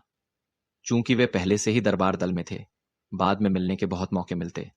रहने दो, आरब ने शांति से कहा। मान लो कि मैंने कभी कुछ नहीं कहा। भाई लंकेश, चलो चलते हैं। लंकेश ने फूंफकारा। एक बड़ा आदमी अब भी मुझे भाई लंकेश बुला रहा है। बेशर्म। अपने आप से बुदबुदाते हुए वह ग्रुप को आगे ले जाता रहा। आरब ने मारिया को नमस्ते कहने का इरादा पहले ही छोड़ दिया था, लेकिन तभी कुछ अनपेक्षित हुआ। तिलक से बात करते हुए मारिया ने अचानक एक जानी पहचानी आभा महसूस की। उसने तुरंत चारों तरफ देखा। जल्द ही उसकी नजरें आरब पर जम गईं। जैसे ही उसने उसे देखा, उसके चेहरे पर खुशी आ गई। उसके खूबसूरत चेहरे पर एक चमकीली मुस्कान खिल गई। यहां तक कि तिलक भी उस मुस्कान को देखकर दंग रह गया। वह काफी समय से उसे मुस्कुराने की कोशिश कर रहा था, लेकिन हर बार नाकाम रहा था। फिर भी अब वह अचानक बेहद खुश दिख रही थी। आरब को देखने के बाद मारिया ने शालीनता से कहा, जवान मास्टर तिलक, कृपया एक पल इंतजार करें। मुझे एक दोस्त से मिलना है। इतना कहकर वह तुरंत आरब की तरफ चल पड़ी। संत आ रही हैं। वह हमारी तरफ आ रही है। वह क्या कर रही है? हर कोई उत्साहित हो गया। लगता है वह हमारे लिए आ रही है। बिल्कुल नहीं, यह सच है। उसकी नजरें हमारे ग्रुप पर जमी हैं। बहुत से लोग सोचने लगे कि संत ने उन्हें नोटिस किया है। कुछ को तो यह भी उम्मीद होने लगी कि उसे उनसे पहली नजर में प्यार हो गया है। लंकेश खास तौर पर घबराया हुआ था। उसका चेहरा लाल हो गया और उसने जल्दी से सिर झुकाया। संत। दूसरे मुखियाओं ने भी उसे आदर से सलाम किया। संत। पवित्र युवती। किसी ने भी अनादर दिखाने की हिम्मत नहीं की। हालांकि मारिया खुद बहुत ताकतवर नहीं थी। वह दरबार दल का प्रतिनिधित्व करती थी। क्या मैं पूछ सकता हूं कि संत यहां क्यों आई हैं? किसी ने ध्यान से पूछा। ओह, यह कोई अहम बात नहीं है। मारिया ने लंकेश को देखा। तुम्हारा नाम क्या है? लंकेश का दिल लगभग उसकी छाती से बाहर कूद गया। उसने सोचा कि वह खास तौर पर उसी के लिए आई है। मेरा नाम लंकेश है। मारिया ने सिर हिलाया। लंकेश, तुम मेहमानों के स्वागत के लिए जिम्मेदार हो, है ना? तो फिर बाकी मेहमानों को बसाना जारी रखो। चूंकि वे दरबार दल में आए हैं, वे सब हमारे दोस्त हैं। जहां तक मास्टर राजवंशी की बात है, मैं खुद उनके लिए इंतजाम करूंगी। जैसे ही उसने मास्टर राजवंशी का जिक्र किया, सब ठिठक गए। लंकेश, फरजान और वे सब जिन्होंने आरब का मजाक उड़ाया था, पूरी तरह से स्तब्ध रह गए। फरजान ने अपनी लार निगली। संत, आप किस मास्टर राजवंशी की बात कर रही हैं? मारिया ने पलकें झपकाईं। कितने मास्टर राजवंशी हैं? जवान मास्टर राजवंशी, कृपया इधर आइए, मैं खुद आपके लिए सब कुछ इंतजाम करूंगी। लंकेश, तुम बाकियों को ले जा सकते हो। आरब शांति से अग्निधारा संप्रदाय के सदस्यों के साथ आगे बढ़ा। मारिया मिस, बहुत समय बाद मिले, मारिया ने मुस्कुराकर कहा। जवान मास्टर राजवंशी और भी ताकतवर हो गए हैं। दोनों को इतने स्वाभाविक ढंग से बात करते देख सब दंग रह गए। ये कैसे मुमकिन है? फरजान की आंखें अविश्वास से फैल गईं। पहले उसने आरब का मजाक उड़ाया था और उसे हंस का मांस खाने का सपना देखने वाला मेंढक कहां था, लेकिन अब आरब उसकी पहुंच से बहुत दूर का शख्स बन गया था। मारिया संत से दोस्ती करना अनगिनत लोगों का सपना था। सिर्फ तिलक जैसे शीर्ष जीनियस ही उसके जैसे घेरे में खड़े हो सकते थे, जबकि वे तो बस उससे कुछ शब्दों का आदान प्रदान करके ही खुश हो जाते। यह अंतर बहुत बड़ा था। मारिया उलझन में दिखी। क्या हुआ? फरजान ने तुरंत अपना सिर झुका लिया। कुछ नहीं, बिल्कुल कुछ नहीं।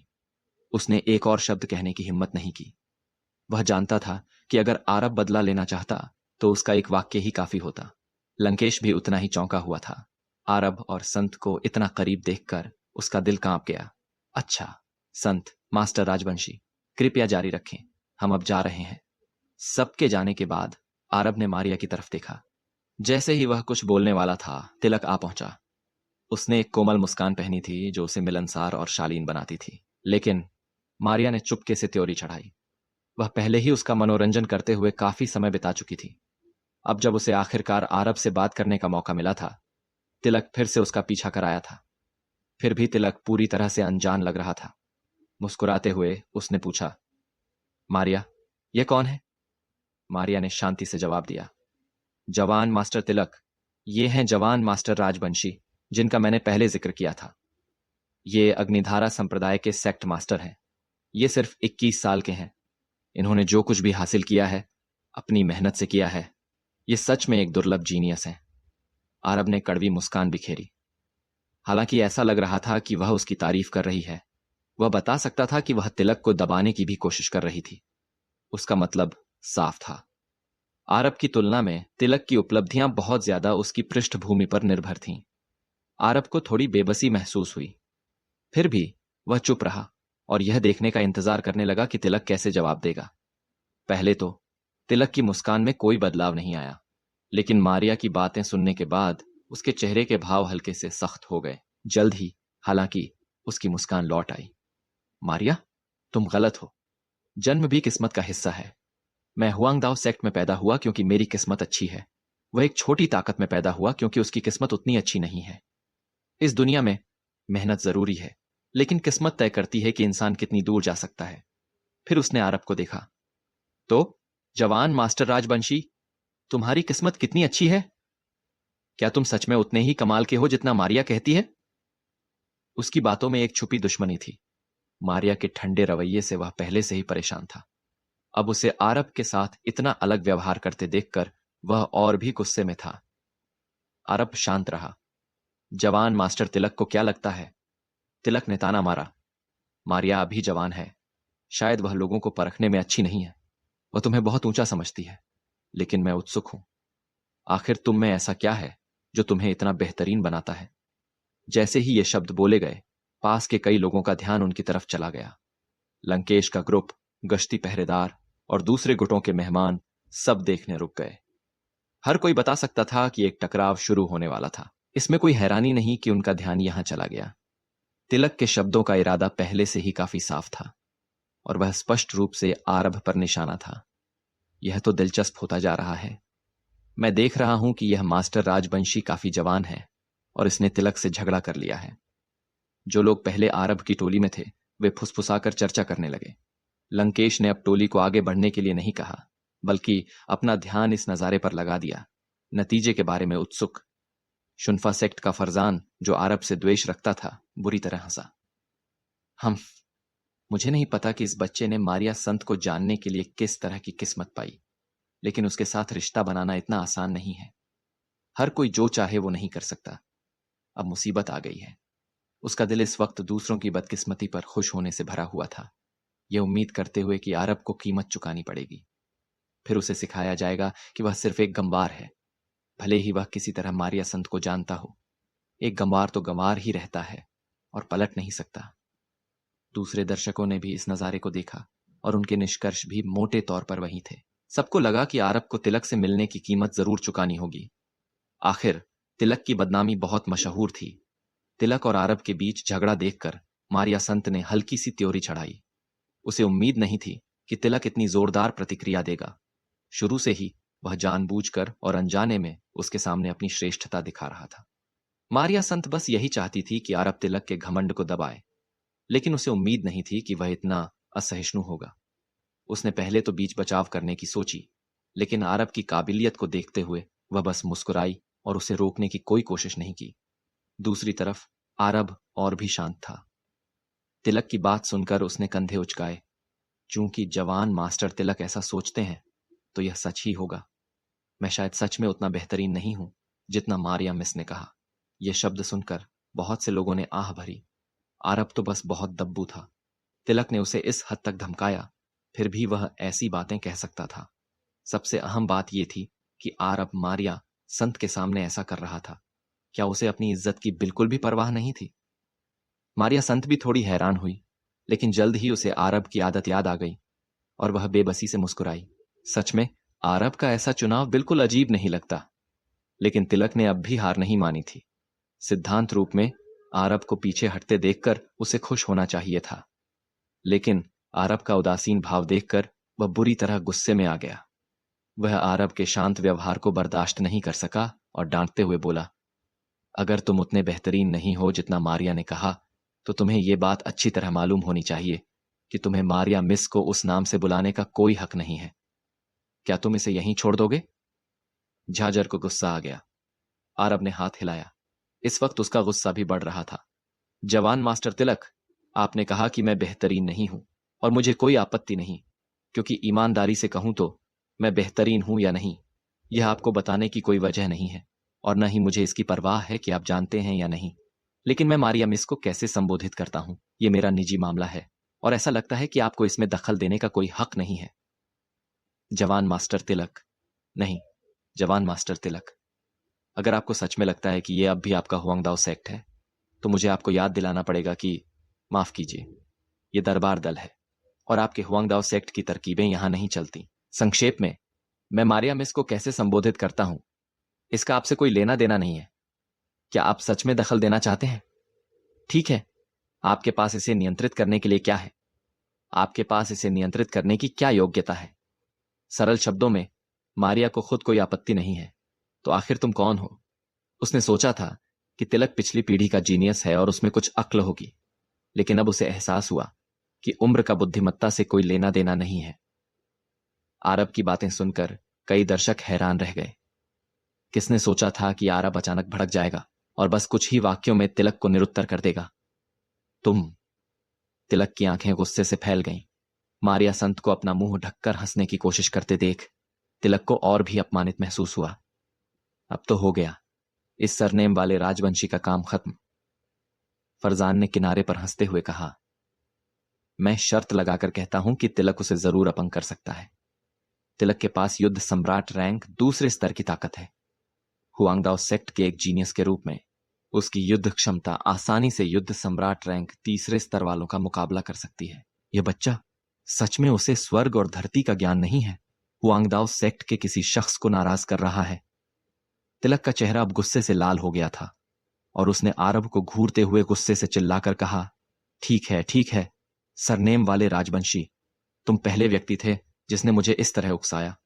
अपनी जबानी कौशल दिखाना बेकार है। बच्चे, मैं तुम्हें अभी चुनौती देता हूं। क्या तुम्हारी हिम्मत है स्वीकार करने की? तिलक अब बेहद गुस्से में था। उसे आरब की बातों में कोई खामी नहीं मिली और बेबस होकर उसने सीधे चुनौती देने का तरीका अपनाया। वह आरब को पूरी तरह से हराना चाहता था और उसका घमंड तोड़ना चाहता था। आरब को उन दोनों के बीच की खाई का एहसास कराना चाहता था। तिलक को इस तरह देखकर मारिया संत ने त्योरी चढ़ाई। भविष्य में उसके साथ बातचीत करने को लेकर उसकी चेतावनी की प्रवृत्ति और मजबूत हो गई। अब वह आरब के चुनाव को लेकर बहुत उत्सुक थी। आरब तिलक की हरकतों से जरा भी हैरान नहीं हुआ। उसने इस तरह की स्थिति का बहुत बार सामना किया था और उसे यह बेहद हास्यास्पद लगा कि कुछ लोग जैसे ही जबानी टकराव में हारते हैं, हिंसा पर उतर आते हैं। आरब ने शांति से कहा, क्या तुम मुझे चुनौती दे रहे हो? हां, तिलक ने खून से लाल आंखों से दहाड़ लगाई। लेकिन मैं क्यों स्वीकार करूं? आरब ने पूछा। तुम? तिलक अवाक रह गया। आरब के सवाल का खंडन नहीं कर सका। तुम्हारा क्या मतलब है? तुम्हें स्वीकार करने की हिम्मत नहीं है? आरब ने जवाब दिया, अगर तुम सच में मुझे स्वीकार करने से डरने का लेबल लगाना चाहते हो तो लगा दो, मुझे कोई फर्क नहीं पड़ता। लेकिन तुमने मेरे सवाल का जवाब नहीं दिया। मैं तुम्हारी चुनौती क्यों स्वीकार करूं? तुम्हारी वजह क्या है? सिर्फ इसलिए कि तुम हुआंगदाओ सेक्ट के जीनियस हो। आरब का हर वाक्य दिल पर चाकू की तरह था। तिलक को इतनी गहराई से छेद रहा था कि वह बुरी तरह आरब से लड़ना चाहता था। ऐसा इसलिए था क्योंकि तिलक ने सच में सोचा था कि हुआंगदाओ सेक्ट के सदस्य के रूप में आरब को चुनौती देना उसके लिए सम्मान की बात है। लेकिन आरब के कुछ शब्दों ने इस विचार को वापस भेज दिया और उसे याद दिला दिया कि उसके विचार कितने बेवकूफी भरे थे। सरनेम वाले राजवंशी, मुझे लगता है कि तुम बस स्वीकार करने से बहुत डरते हो, बहुत कायर हो। क्या तुम आदमी भी नहीं हो? तिलक गुस्से से चिल्लाया। आरब ने अलसाया हुआ अंदाज अपनाया और कहा, मेरा मतलब है, तिलक, क्या तुम्हें यह कहते हुए शर्म नहीं आती? क्या तुम्हें अपनी इज्जत की परवाह नहीं है? तुम हुआंगदाओ सेक्ट के जीनियस हो। तुमने अब तक कितने साल साधना की है? कम से कम 60 साल, है ना? मैंने अभी 20 साल से थोड़ा ज्यादा ही साधना की है। 40 साल से कम उम्र एक चरण है, 40 से ऊपर दूसरा। तुमने मेरी उम्र से 3 गुना या उससे भी ज्यादा साधना की है और अब तुम मुझे चुनौती दे रहे हो। क्या तुम्हें नहीं लगता कि तुम मुझसे भी ज्यादा शर्मनाक हो? बिल्कुल, क्या तुम्हें शर्म नहीं आती? क्या तुम्हें शर्मिंदगी नहीं होती? अगर हमें सच में इस तरह की चुनौतियों को गंभीरता से लेना पड़े तो हम रोज सेक्ट लीडर को चुनौती देते रहेंगे। लेकिन ये एक जैसी बात कैसे हुई? अग्निधारा संप्रदाय के लोगों ने सुर मिलाया। शुरू में सबको लगा कि आरब चुनौती स्वीकार करने से बहुत डर रहा है, लेकिन आरब की बातें सुनने के बाद उन्हें अचानक समझ आ गया, ये सही है। तिलक तो पहले से ही पुरानी पीढ़ी का जीनियस है। साधना की उम्र का अंतर तो साफ है। अगर तुम किसी जवान जीनियस को चुनौती देते हो तो क्या यह थोड़ा ज्यादा नहीं हो जाता? लेकिन आखिर में बहुत कम लोग आरब को जानते थे। हालांकि आरब दीर्घवायु नगरी में मशहूर था, लेकिन आखिरकार वह इतने लंबे समय से मशहूर नहीं था। नतीजतन उसकी प्रतिष्ठा और शोहरत दूर तक नहीं फैली थी और बहुत से लोग उसे नहीं जानते थे। इसी वजह से ज्यादातर लोग आरब की असली उम्र नहीं जानते थे और उन्हें बस लगता था कि आरब तिलक से बड़ा है। अब जबकि आरब ने इसका जिक्र किया, तब भी लोगों ने उस पर यकीन नहीं किया। सिर्फ तिलक एक पल के लिए सन्न रहने के बाद अचानक उसे याद आया कि मारिया संत ने पहले आरब की उम्र का जिक्र किया था। यही वजह थी कि तिलक दोबारा मारिया संत की तरफ देखने से नहीं रोक सका। मारिया को नहीं पता था कि आरब के इरादे क्या थे, लेकिन उसने सच्चाई से गवाही दी। सचमुच जवान मास्टर राजवंशी इस साल 20 साल से थोड़े ज्यादा के हैं। जवान मास्टर तिलक, अगर मैं ये कहने की हिम्मत करूं तो जवान मास्टर राजवंशी को इस तरह बिना सोचे समझे चुनौती देना सच में उनका फायदा उठाने जैसा होगा। इसमें कोई हैरानी नहीं कि वो मना कर देते हैं, क्योंकि ये स्वाभाविक रूप से अनुचित है। यहां तक कि मारिया संत ने भी ऐसा कहा। तिलक इस बात से खुश नहीं हो सका। उसकी आंखें खून से लाल थीं और वो उसी पल आरब को टुकड़े टुकड़े कर देना चाहता था, लेकिन उसने खुद को रोका और गुस्से से दहाड़ा। ठीक है, मैं मानता हूं कि मैंने तुम्हें बिना सोचे समझे चुनौती दे दी। बच्चे, अगर तुम्हें सच में लगता है कि यह अनुचित है तो मैं तुमसे लड़ने के लिए अपनी आधी ताकत का इस्तेमाल करूंगा। कैसा रहेगा? तिलक को ऐसा कहते देख आरब जानता था कि तिलक को असल में उसकी असली ताकत का पता नहीं है। अगर उसे सच में पता होता कि आरब युद्ध सम्राट रैंक के दूसरे स्तर तक पहुंच चुका है तो शायद वो ऐसी उतावली टिप्पणी करने की हिम्मत नहीं करता।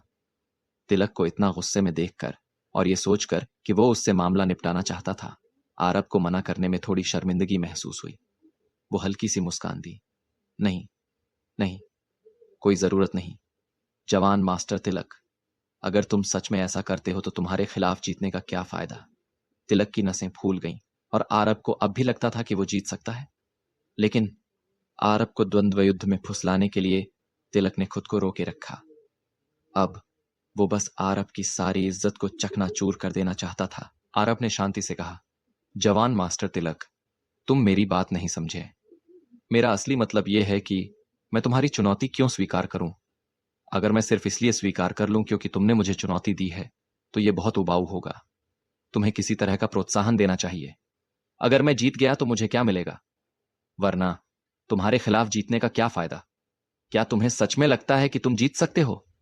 तिलक ने ठंडी आवाज में कहा, अगर ये जानते हुए कि मैं हारूंगा, लड़ना बेमानी है, तो मेरे लिए मना कर देना ही बेहतर है ना, जवान मास्टर तिलक? आरब ने हाथ हिलाया। तिलक आरब के काम करने के तरीके से पूरी तरह से घबरा गया था। वो आरब को मना करने कैसे दे सकता था? वरना वो आज अपना गुस्सा कहां निकालता? उसने जल्दी से चिल्लाकर कहा, तुम्हें क्या चाहिए? आरब ने मुस्कुराकर कहा, ज्यादा नहीं। अगर जवान मास्टर तिलक हार गए तो मारिया मिस को फिर कभी परेशान मत करना। ठीक है, बहुत अच्छा। बच्चे, मेरी भी वही शर्त होगी। अगर तुम हार गए तो फिर कभी मेरे और मारिया के सामने मत आना। तिलक ने सख्ती से चिल्लाकर कहा। कोई दिक्कत नहीं। आरब ने तिलक को बहुत स्पष्टता से सहमत होते देखा और एक कदम आगे बढ़ाया। मारिया संत के गाल हल्के से लाल हो गए, क्योंकि आरब ने खुद को चुनौती देते हुए उसकी मदद की थी, जिससे वो भावुक हो गई और उत्सुक हो गई कि क्या आरब को सच में उसकी परवाह है। तिलक ने देखा कि आरब ने आखिरकार फुसलाए जाने के बाद चुनौती स्वीकार कर ली, और वो दिखावा करने के लिए इंतजार नहीं कर सका। इधर आओ राजवंशी, वो जगह चौड़ी और खुली है। उसने एक कदम आगे बढ़ाया, अपनी दूसरे स्तर की युद्ध सम्राट रैंक की ताकत दिखाई, और जैसे ही वो मजबूती से खड़ा हुआ, आसपास और भी ज्यादा दर्शक इकट्ठा हो गए। इस बात से इनकार नहीं किया जा सकता कि आरब की तिलक के साथ लड़ाई मार्ग चर्चा सम्मेलन से पहले एक मुंह में पानी लाने वाला स्टार्टर बन गई। ज्यादा से ज्यादा मार्शल आर्टिस्टों ने इस जगह पर अपना ध्यान लगाया। किसी में सच में तिलक से लड़ने की हिम्मत है? पुरानी पीढ़ी की प्रतिभाओं में बहुत से ऐसे नहीं हैं जो तिलक से लड़ने की हिम्मत करते हों।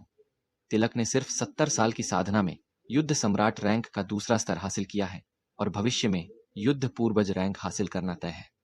मौत को बुलावा, वो शख्स जरूर मौत को बुलावा दे रहा है। हर कोई जिसने आरब को तिलक से लड़ते देखा, उसे लगा कि लड़ाई में कोई सस्पेंस नहीं है। आरब हमेशा की तरह शांत और स्थिर था।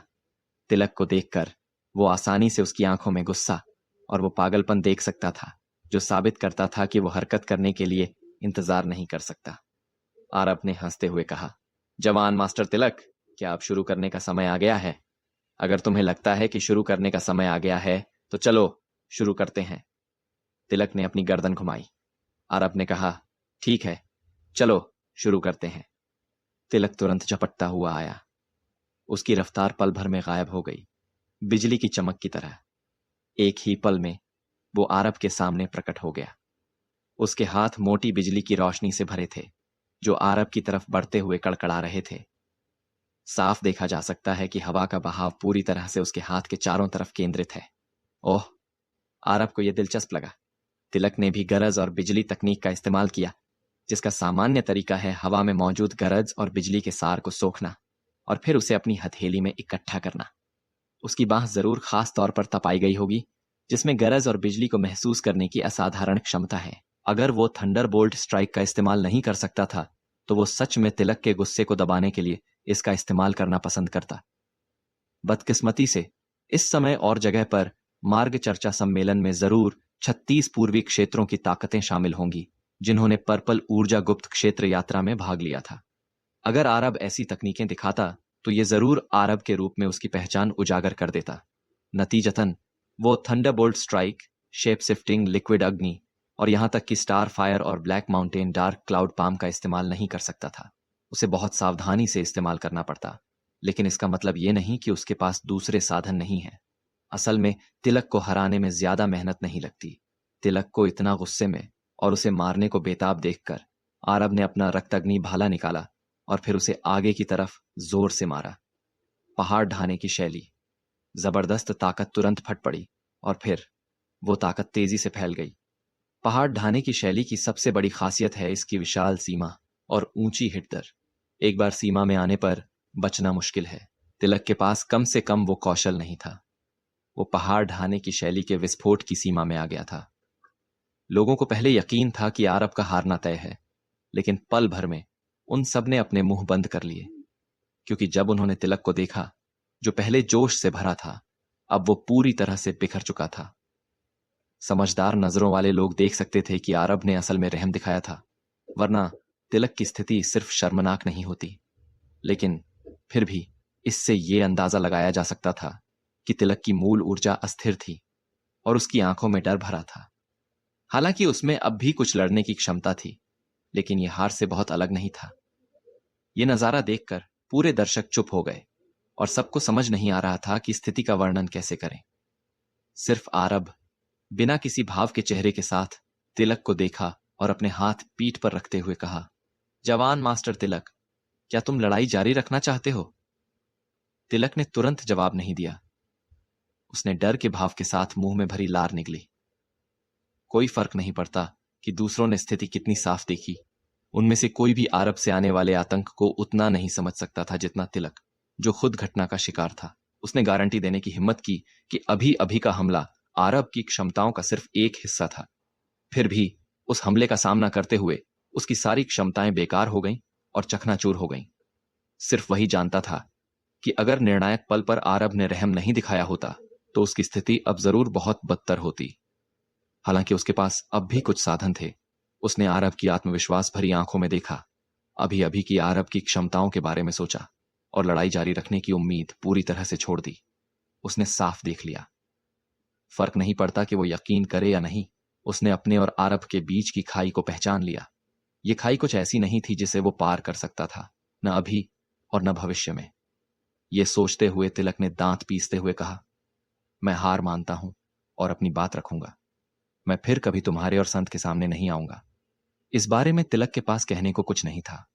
हारने के बाद उसने तुरंत अपनी बात बदल दी, यहां तक कि मारिया संत के लिए उसका संबोधन मारिया से बदलकर संत हो गया, जो इशारा करता है कि उसने सच में अपनी हार मान ली थी। इससे आरब ने चुपके से सिर हिलाया। अगर तिलक जल्दी से अपनी हार मान सकता है तो इसका मतलब है कि उसमें सच में विकास की संभावना है। भविष्य में जरूर उसके अच्छे आसार होंगे। बेशक अब इसका उससे कोई लेना देना नहीं था। इस पल उसने पिछले मुकाबले में अपना नाम बना लिया था और कई निगाहें उसे देख रही थीं। सब उसी पर जमी थीं, जाहिर तौर पर यह जानने को उत्सुक कि वो जवान आदमी कौन है जो तिलक को हरा सकता है। फरजान, जिसने पहले आरब को शर्मिंदा होते देखने की योजना बनाई थी, उसकी आंखों में और भी पछतावा था।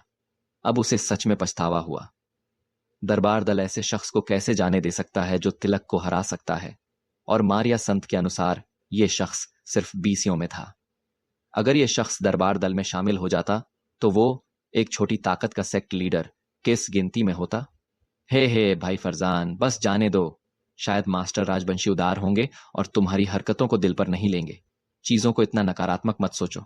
तुमने ही तो उन्हें छेड़ा था, अब तुमने कर दिया। हा। पहले तो तुमने मास्टर राजवंशी को नीची नजर से देखा, लेकिन पता चला कि मास्टर राजवंशी कोई ऐसे नहीं है जिन तक तुम पहुंचने की उम्मीद भी कर सको। बहुत से लोग फरजान पर खुश होने और उंगली उठाने लगे। चूंकि फरजान ने आरब को छेड़ा था, वो सब अस्पष्ट रूप से फरजान को अलग थलग करना चाहते थे। फर्क नहीं पड़ता कि आरब ये देख सकता था या नहीं। आखिरकार फरजान के साथ जुड़ाव की वजह से कोई भी आरब को नाराज नहीं करना चाहता था। जहां तक इस बात का सवाल है, आरब ने ज्यादा ध्यान नहीं दिया। उसने तिलक को हराने को कोई बड़ी बात नहीं माना। उसके लिए तिलक जैसे विरोधी कभी उसके आखिरी लक्ष्य नहीं रहे थे। जवान मास्टर राजवंशी, आपकी बड़ी जीत पर बधाई। मारिया संत ने इस पल उनके पास आकर बधाई दी। मारिया मिस, आपने मुझे बेकार में अपनी ताकत लगाने पर मजबूर कर दिया, आरब ने बेबसी से कहा। मारिया ने हंसते हुए कहा, जवान मास्टर राजवंशी मुझे दोष नहीं देंगे, है ना? कोई बात नहीं, एक बार मारिया मिस के लिए कदम उठाने में क्या हर्ज है, आरब ने मुस्कुराकर कहा। मारिया ने शर्म से अपना सिर नीचे कर लिया। वो असल में समझाना चाहती थी कि तिलक ने जो हरकत की वो उसके उकसाने पर थी, लेकिन उसका कोई बुरा इरादा नहीं था। उसने कभी नहीं सोचा था कि तिलक इतना संकीर्ण सोच वाला होगा, लेकिन आरब की बातें सुनने के बाद उसे लगा कि उसका स्पष्टीकरण बेमानी है। बस एक वाक्य से आरब ने उसके दिल की शांति को छू लिया। मारिया उत्सुक थी कि आरब क्या सोच रहा है, लेकिन बदकिस्मती से आरब सच में उसे सिर्फ एक दोस्त मानता था और उसके मन में स्त्री पुरुष के बीच कोई अनुचित विचार नहीं थे। मारिया ने हल्की सांस छोड़ी, अनिश्चित कि उसकी भावनाएं अच्छी थीं या बुरी, वो खुश थी या निराश, और कहा, जवान मास्टर राजवंशी, अब जब मामला खत्म हो गया है, मैं आपके और अग्निधारा संप्रदाय के लोगों के ठहरने का इंतजाम करूंगी। कुछ दिनों के आराम के बाद मैं आपको सेक्ट लीडर से मिलवाने ले जाऊंगी और हमारे दरबार दल के तहत अग्निधारा संप्रदाय के संरक्षित ताकत बनने के मामले पर चर्चा करेंगे। अच्छा, शुक्रिया मारिया मिस, आरब ने मुस्कुराकर कहा। मारिया की मामलों को संभालने की कार्यक्षमता उसके रुतबे के साथ मिलकर, इसका मतलब था कि उसके द्वारा व्यक्तिगत रूप से किए गए इंतजाम स्वाभाविक रूप से लंकेश द्वारा किए गए इंतजामों की तुलना में नहीं थे। अग्निधारा संप्रदाय के लोग दरबार दल द्वारा प्रदान किए गए शीर्ष श्रेणी के आवासों में ठहरे हुए थे, जो साधना और शांतिपूर्ण जीवन दोनों के लिए उपयुक्त थे। इस समय आरब और मारिया आंगन में थे, जबकि झांझर और बाकियों को कहीं और ठहराया गया था। अपने निवास के माहौल को देखकर आरब ने एक धुंधला परीलोक देखा, जहां हर तरफ फूल और पौधे थे। उसने मारिया की मंशा को महसूस किया और एक पल सोचने के बाद पूछा, मारिया मिस, क्या मैं पूछ सकता हूं कि इस मार्ग चर्चा सम्मेलन का असली विषय क्या है? आरब का सवाल सुनकर मारिया ने कोई हैरानी या छुपाने का इरादा नहीं दिखाया और मुस्कुराकर कहा, यह कोई गुप्त बात नहीं है। भले ही जवान मास्टर राजवंशी न पूछें, आपको बाद में इसके बारे में पता चल जाएगा। लेकिन चूंकि आपने अभी पूछ लिया है, तो बताने में कोई हर्ज नहीं है। कृपया बताइए मारिया मिस। आरब उत्सुक था। दरअसल ये सब की अटकलों और हमारे द्वारा पहले से जारी की गई जानकारी से बहुत अलग नहीं है। ये मार्ग चर्चा सम्मेलन सचमुच मार्ग के बारे में है, लेकिन इसकी मुख्य वजह कुछ हद तक निषिद्ध दानव कबीले से जुड़ी है। मारिया की भौहें सिकुड़ गईं और उसके चेहरे के भाव गंभीर हो गए। निषिद्ध दानव कबीला? आरब चौंक गया। आखिर मामला क्या है? निषिद्ध दानव कबीले के साथ मूल रूप से हमारी इंसानी जाति का एक समझौता हुआ था, जिसमें कहा गया था कि हम एक दूसरे के खिलाफ युद्ध नहीं करेंगे और वो अपने क्षेत्र में रहेंगे। लेकिन किसे पता था कि हाल ही में निषिद्ध दानव कबीला तेजी से उत्पात मचाने लगेगा और हमने उनके हमारी इंसानी जाति में घुसपैठ के निशान तक खोज लिए। बदकिस्मती से निषिद्ध दानव कबीले के छुपने के तरीके बहुत चालाक हैं। अब तक हमने इंसानों और दूसरी विभिन्न प्रजातियों में उनके रूपांतरण की विशेषताओं की खोज नहीं की है। इसने हमें निषिद्ध दानव कबीले के साथ युद्ध करने या न करने में झिझक में डाल दिया है। किसी भी तरह निषिद्ध दानव कबीला पहले ही विभिन्न पहलुओं में बढ़त हासिल कर चुका है। अगर हमारी इंसानी जाति कोई चुनाव नहीं करती, तो हमें भविष्य में अनंत मुसीबतों का सामना करना पड़ सकता है। ये सुनकर आरब ने अपनी ठुड्डी सहलाई। ये लगभग वैसा ही था जैसी उसकी पहले की अटकलें और मिली जानकारी थी। ऐसा लगता था कि ये ऊंचे स्तर के मुखिया मूर्ख नहीं थे, वो स्थिति की गंभीरता को समझते थे। उसने निषिद्ध जादूगर कबीले को पहले ही देख लिया था, लेकिन वो कुछ कह नहीं सकता था। कभी कभी इंसान जितने ऊंचे पद पर खड़ा होता है, उतने ही बड़े मामलों की चिंता कर सकता है। अगर तुम उस पद पर नहीं हो तो इसकी चिंता करना बेकार है, क्योंकि कोई तुम पर ध्यान नहीं देगा। तो भले ही आरब चिंतित था, उसे ये विचार अपने दिल में छुपाकर रखना पड़ा। अब ऐसा लगता है कि निषिद्ध जादूगर कबीला बिल्कुल वैसा ही है जैसा उसने सोचा था, किसी नेक काम में नहीं लगा। लेकिन निषिद्ध जादूगर कबीला आखिर क्या साजिश रच रहा है, ये अब भी अज्ञात है।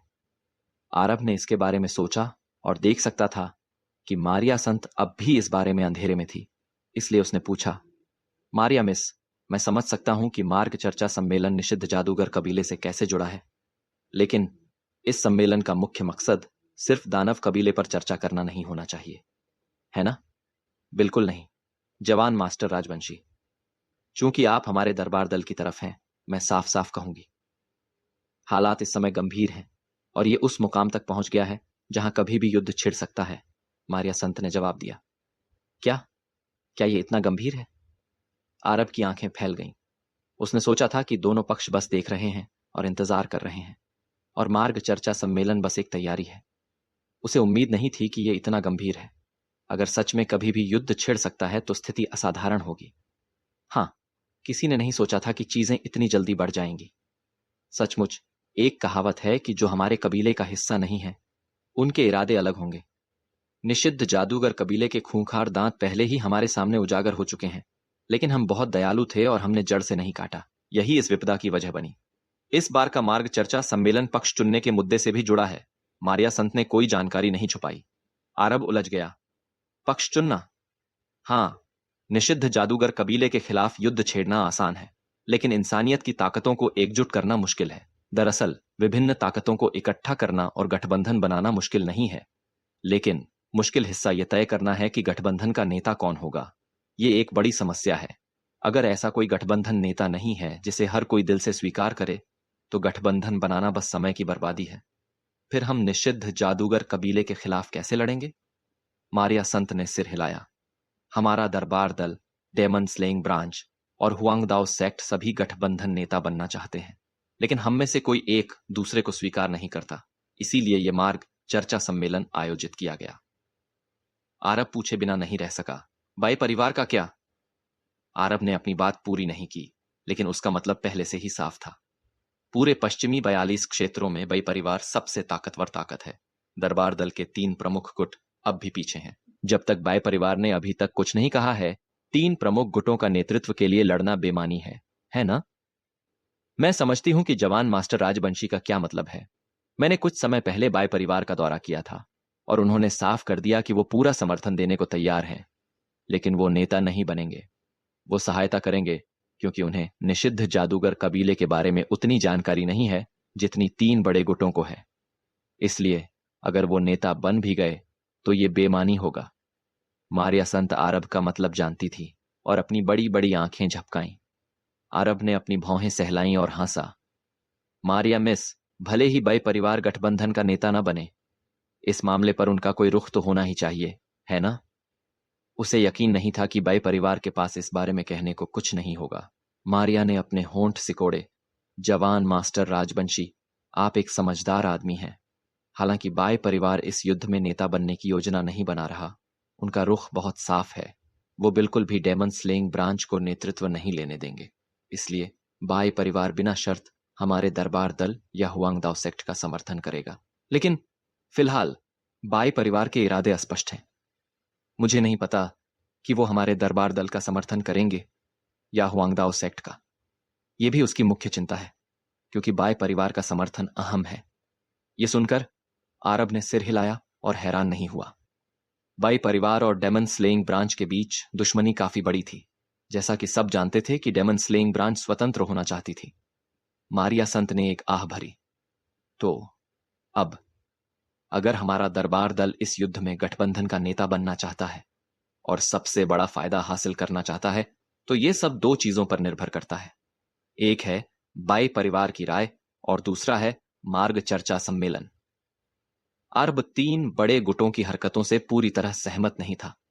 निषिद्ध जादूगर कबीला पहले से ही उन्हें धमका रहा था। फिर भी ये लोग फायदा हासिल करने के बारे में सोच रहे थे, लेकिन ये अपरिहार्य भी था। अगर कोई गठबंधन नेता नहीं चुना गया तो इंसानियत की ताकतें शायद स्थिर नहीं हो पाएंगी। आरब ने अपनी ठुड्डी सहलाई और कहा, मैं बाय परिवार का समर्थन समझता हूं, लेकिन मार्ग चर्चा सम्मेलन का असली मतलब है। मार्ग चर्चा सम्मेलन सरल शब्दों में सभी ताकतों को इकट्ठा करना और उन्हें एकजुट करना है। बेशक यह सिर्फ एक पहलू है। सबसे अहम बात है विभिन्न ताकतों को अपना रुख व्यक्त करने देना और वोट देना कि हमारे 3 बड़े गुटों में से कौन गठबंधन नेता बनने के लिए ज्यादा उपयुक्त है। एक बार वोटिंग के नतीजे आ जाने पर चुने हुए गुट को इसके लिए प्रतिस्पर्धा करनी होगी। जब वो सबका दिल जीत लेगा, तभी विजयी गुट गठबंधन नेता का पद ग्रहण करेगा। बेशक ये सिर्फ नाम मात्र का गठबंधन नेता का पद है। अगर उन्हें बाई परिवार का समर्थन भी मिल जाता है तो पद सुरक्षित हो जाएगा। यही वजह है कि मैंने कहा कि बाई परिवार का समर्थन और मार्ग चर्चा सम्मेलन दोनों अनिवार्य हैं। मारिया संत ने कोमलता से समझाया। उसकी चमकीली आंखें कभी आरब से नहीं हटी। आरब बहुत बुद्धिमान था और मारिया संत ने जो कहा था उसके साथ मिलाकर वो कहने से नहीं रोक सका, ये प्रतियोगिता जरूर बहुत जटिल होगी। मास्टर राजवंशी, प्रतियोगिता के दौरान हमें आपकी मदद की जरूरत होगी, मारिया ने मुस्कुराकर कहा। प्रतियोगिता सच में काफी जटिल होगी। अगर जवान मास्टर राजवंशी हमारे दरबार दल को फायदा दिलाने में मदद कर सकते हैं तो हमारा सेक्ट आपके साथ कभी बुरा व्यवहार नहीं करेगा। आरब एक समझदार आदमी था। यह सुनकर उसे मोटा मोटी अंदाजा हो गया और वो कहने से नहीं रोक सका। मारिया मिस ने मुझे इतनी गर्मजोशी से जो न्योता दिया उसकी मुख्य वजह ज्यादातर यही थी, है ना? मारिया को थोड़ी शर्मिंदगी महसूस हुई और उसने अपना बचाव करने से नहीं रोक सकी। जवान मास्टर राजवंशी, गलत मत समझिए। पहले तो सच में मेरे मन में यही विचार था, लेकिन अब मैं सच में आपको एक दोस्त मानती हूं। आरब ने कोई गुस्सा नहीं दिखाया। किसका कभी किसी ने इस्तेमाल नहीं किया। यह बिल्कुल सामान्य है। मैं समझता हूं मारिया मिस, चिंता मत करो। चूंकि मैंने दरबार दल का सहायक सेक्ट बनने का वादा किया है, मैं अपने वचन से नहीं मुकरूंगा। इस मामले में मेरा रुख दरबार दल का समर्थन करने का है, आरब ने दृढ़ता से कहा। आरब की बातें सुनकर मारिया को आखिरकार पूरी तरह राहत मिली। उसने कहा, तो फिर जवान मास्टर राजवंशी, कृपया कुछ दिनों के लिए यहां ठहरें। मैं अब विदा लेती हूं और बाद में आपको ढूंढने आऊंगी ताकि हम अपने सेक्ट लीडर से मिल सकें। मैं समझ गया। आरब ने सिर हिलाया और मारिया को जाते हुए देखा। मारिया के पूरी तरह से चले जाने के बाद आरब ने अपनी भौहें सिकोड़ी और उसकी बातों पर दोबारा विचार किया। गहरी सोच में पड़ गया। बड़ी ताकतों ने अब तक निषिद्ध जादूगर कबीले के भेष बदलने की विभिन्न विशेषताओं का पता नहीं लगाया। आरब को यह कुछ हद तक मनोरंजक और दुखद लगा। ऐसा इसलिए क्योंकि वो स्थिति के इस पहलू के बारे में बहुत साफ था। वो भी इंसानी जाति का सदस्य था और दानव भगाने वाले कबीले के खिलाफ लड़ाई जैसे बड़े मुद्दों का सामना करते समय उसका रुख दृढ़ था। इसीलिए इस समय उसके नियंत्रण में मौजूद जानकारी पूरी इंसानी जाति के लिए बहुत फायदेमंद होगी। दानव भगाने वाले कबीले का अभी सबसे चिंताजनक पहलू यह था कि उन्होंने इंसानों के बीच कितने जासूस लगाए हैं और उन्होंने कितनी सेना तैनात की है, जो पूरी तरह से अज्ञात था। ऐसा इसलिए था क्योंकि इंसान दानव भगाने वाले कबीले की भेष बदलने की रणनीति के बारे में कुछ नहीं जानते थे। भले ही वो जांच करना चाहते, उन्हें कुछ नहीं मिलता। इसलिए इंसानों के पास किसी भी समय युद्ध की तैयारी करने के सिवा कोई चारा नहीं था। लेकिन यह पहले से ही एक आखिरी सहारा था, क्योंकि आंतरिक और बाहरी मुसीबतों के साथ युद्ध में जाने से पूरी इंसानी जाति को कोई फायदा नहीं था। लेकिन यह बात दूसरों के सामने कैसे प्रकट की जाए, यह आरब के लिए चिंता का विषय था। छोड़ो, मैं फिलहाल इन विचारों को अपने तक ही रखूंगा। अगर दरबार दल सच में गठबंधन का नेता बन जाता है तो मैं बहुत खुश होऊंगा। कम से कम जब मैं ये जानकारी प्रकट करूंगा तो मुझे कोई और चिंता नहीं होगी। लेकिन अगर बाकी दोनों गुट गठबंधन नेता बन गए तो मेरे लिए चीजें मुश्किल हो जाएंगी। आरब ने आह भरी। इसके बाद उसने अपने निवास को साफ किया और कुछ और दिन रुका। 5 दिन बाद मारिया संत फिर आई। मारिया संत के आने का एहसास होते ही आरब तुरंत बाहर आया और कहा, मारिया मिस, जवान मास्टर राजवंशी सेक्ट लीडर आपसे मिलने को तैयार हो गए हैं। कृपया मेरे साथ आइए। मारिया ने मुस्कुराकर कहा। यह सुनकर आरब ने सिर हिलाया, ये जानते हुए कि यह एक अनिवार्य कदम है, और दरबार दल के सेक्ट लीडर से मिलने उसके पीछे पीछे चल दिया। पलक झपकते ही मारिया संत आरब को एक बड़े हॉल के सामने ले आई थी। यह हॉल पूरी तरह सोने से बना था और इस पर लगी पट्टिका पर फेई शुआंग लिखा था। ऊपर ड्रैगन और बाघ की मूर्तियां खुदी थीं। दूर से भी पूरे हॉल से निकलने वाली हैरत अंगेज आभा को महसूस किया जा सकता था। ये फेशुएंग हॉल है जहां हमारे सेक्ट लीडर रोजाना आराम करते हैं और साधना करते हैं, मारिया संत ने परिचय दिया। आरब ने सिर हिलाया। यही वो पल था जब उसने फेशुआंग हॉल के भीतर से अचानक एक बेहद ताकतवर आभा आती महसूस की। यह आभा ठंडी हवा में बदल गई, एक ब्लेड की तरह उसकी तरफ घूमती हुई। यह देखकर आरब हल्का सा अकड़ गया और उसने तुरंत अपनी मूल ऊर्जा से अपने शरीर की रक्षा की, शांति से अपना बचाव किया। वो जानता था कि फेशुआंग हॉल के अंदर का शख्स उसकी परीक्षा ले रहा था, लेकिन ऐसी आभा से उसे काबू करना फिर भी कुछ मुश्किल था। आखिर जब वो युद्ध समर्थ रैंक में था, तब भी वो कुछ हद तक सम्राट स्तरीय ताकतवरों के आभा दमन का विरोध कर सकता था। अब जब वो युद्ध सम्राट रैंक तक पहुंच गया था और उसकी ताकत काफी बढ़ गई थी, तो किसी गैर सम्राट स्तरीय ताकतवर के आभा दमन का सामना करना और भी कम चिंता की बात थी। जवान मास्टर राजवंशी, क्या बात है? मारिया संत ने फेशुआंग हॉल से आती आभा को महसूस नहीं किया और आरब के बदलाव को देखकर पूछा। आरब पहले ही अपनी शुरुआती स्थिति में लौट आया था और कहा, कुछ नहीं मारिया मिस, चलो अंदर चलते हैं। ठीक है। मारिया ने ज्यादा नहीं सोचा और आरब के साथ अंदर चली गई। जैसे ही वो फेशुआंग हॉल में दाखिल हुए, आरब ने एक अधेड़ आयु के आदमी को वहां बैठे देखा। उस आदमी ने अपने सिर पर बैंगनी रंग की टोपी पहनी थी और वो शानदार बैंगनी पोशाक में था, जो बड़प्पन और रुतबे का प्रतीक था। उसकी आभा हल्की हल्की निकल रही थी और आरब ने ध्यान से देखा कि वो युद्ध पूर्वज रैंक के शिखर तक पहुंच चुका था। नहीं, सटीक कहें तो युद्ध पूर्वज रैंक के शिखर को तय करना मुश्किल है। वो एक महान सम्राट बनने से बस एक कदम दूर था। अगर आरब इस शख्स की पहचान का अंदाजा नहीं लगा सकता था तो ये मजाक होता। मैं सीनियर को प्रणाम करता हूं, आरब ने मारिया संत के परिचय का इंतजार किए बिना कहा। मारिया संत ने मुस्कुराकर कहा, जवान मास्टर राजवंशी, ये हैं हमारे दरबार दल के सेक्ट लीडर, ये झू। सेक्ट मास्टर ये, आरब ने जल्दी से कहा। तब जाकर ये झू ने आरब को देखा। उसकी आंखें सितारों की तरह गहरी और अथाह थीं। आरब पर अपनी नजरें जमाकर साफ देखा और फिर उसे परखा। हाँ, वो परख रहा था कि आरब किस तरह का इंसान है। आरब ने कुछ नहीं कहा, अपनी सांसें स्थिर रखी और ये झू को देखने दिया कि वो एक साधारण इंसान है। मारिया संत भी घबराई हुई थी, क्योंकि आखिरकार आरब वही शख्स था जिसे उसने पेश किया था। कुछ देर आरब का निरीक्षण करने के बाद ये झू ने अपनी भौहें सहलाईं और उसे ये बहुत दिलचस्प लगा। जिसने अनगिनत लोगों को देखा हो, वो आमतौर पर किसी को सिर्फ उसके रूप से परख सकता था, लेकिन जब उसने आरब को देखा तो उसने सिर्फ हिमशैल का सिरा देखा और उससे निकलने वाली कोई भी चीज नहीं देख सका। ये झू को यह दिलचस्प लगा और उसने कहा, तो तुम अग्नि हो? सचमुच मैं ही जूनियर हूं, आरब ने जवाब दिया। ये झू ने सुस्ती से कहा, अग्नि? तुमने 21 साल की जवान उम्र में मार्शल आर्ट साधना का इतना स्तर हासिल कर लिया है, ये सच में असाधारण है। मुझे डर है कि पश्चिमी 42 क्षेत्रों में तुम्हारी तुलना कोई नहीं कर सकता। तुमसे पहले मैंने सिर्फ 36 पूर्वी साम्राज्यों के एक आरब के बारे में सुना था जिसके पास तुम्हारे जैसा कौशल है। क्या तुम दोनों के बीच कोई संबंध है?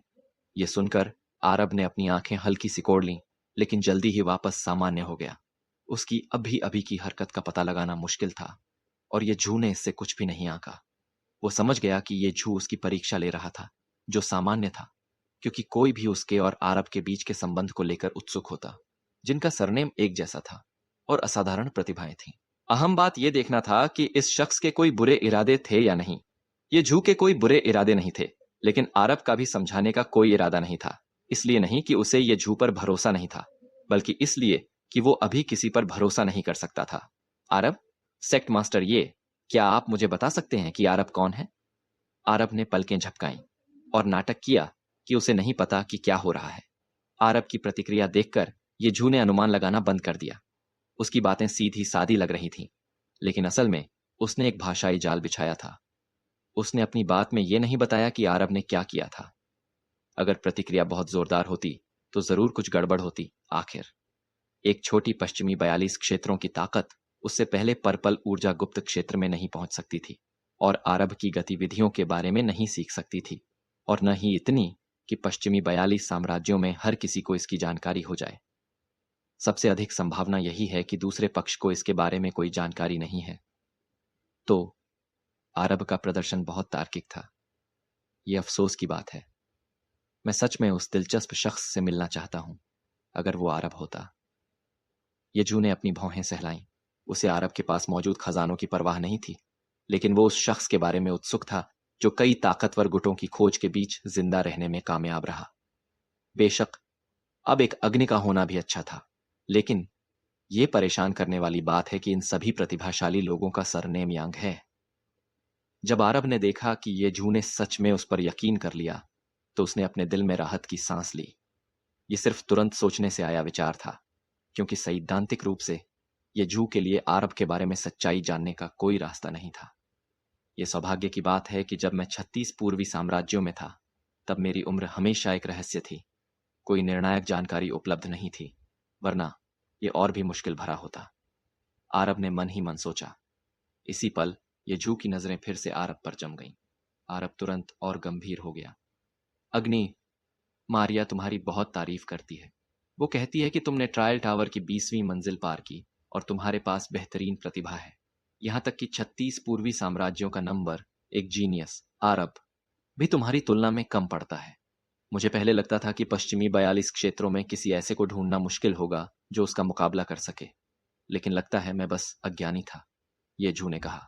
आरब ने जल्दी से जवाब दिया, आप मेरी बहुत तारीफ करते हैं सेक्ट मास्टर। ये हे ये तो मैं तय करूंगा कि मैं तुम्हारी तारीफ कर रहा हूं या नहीं।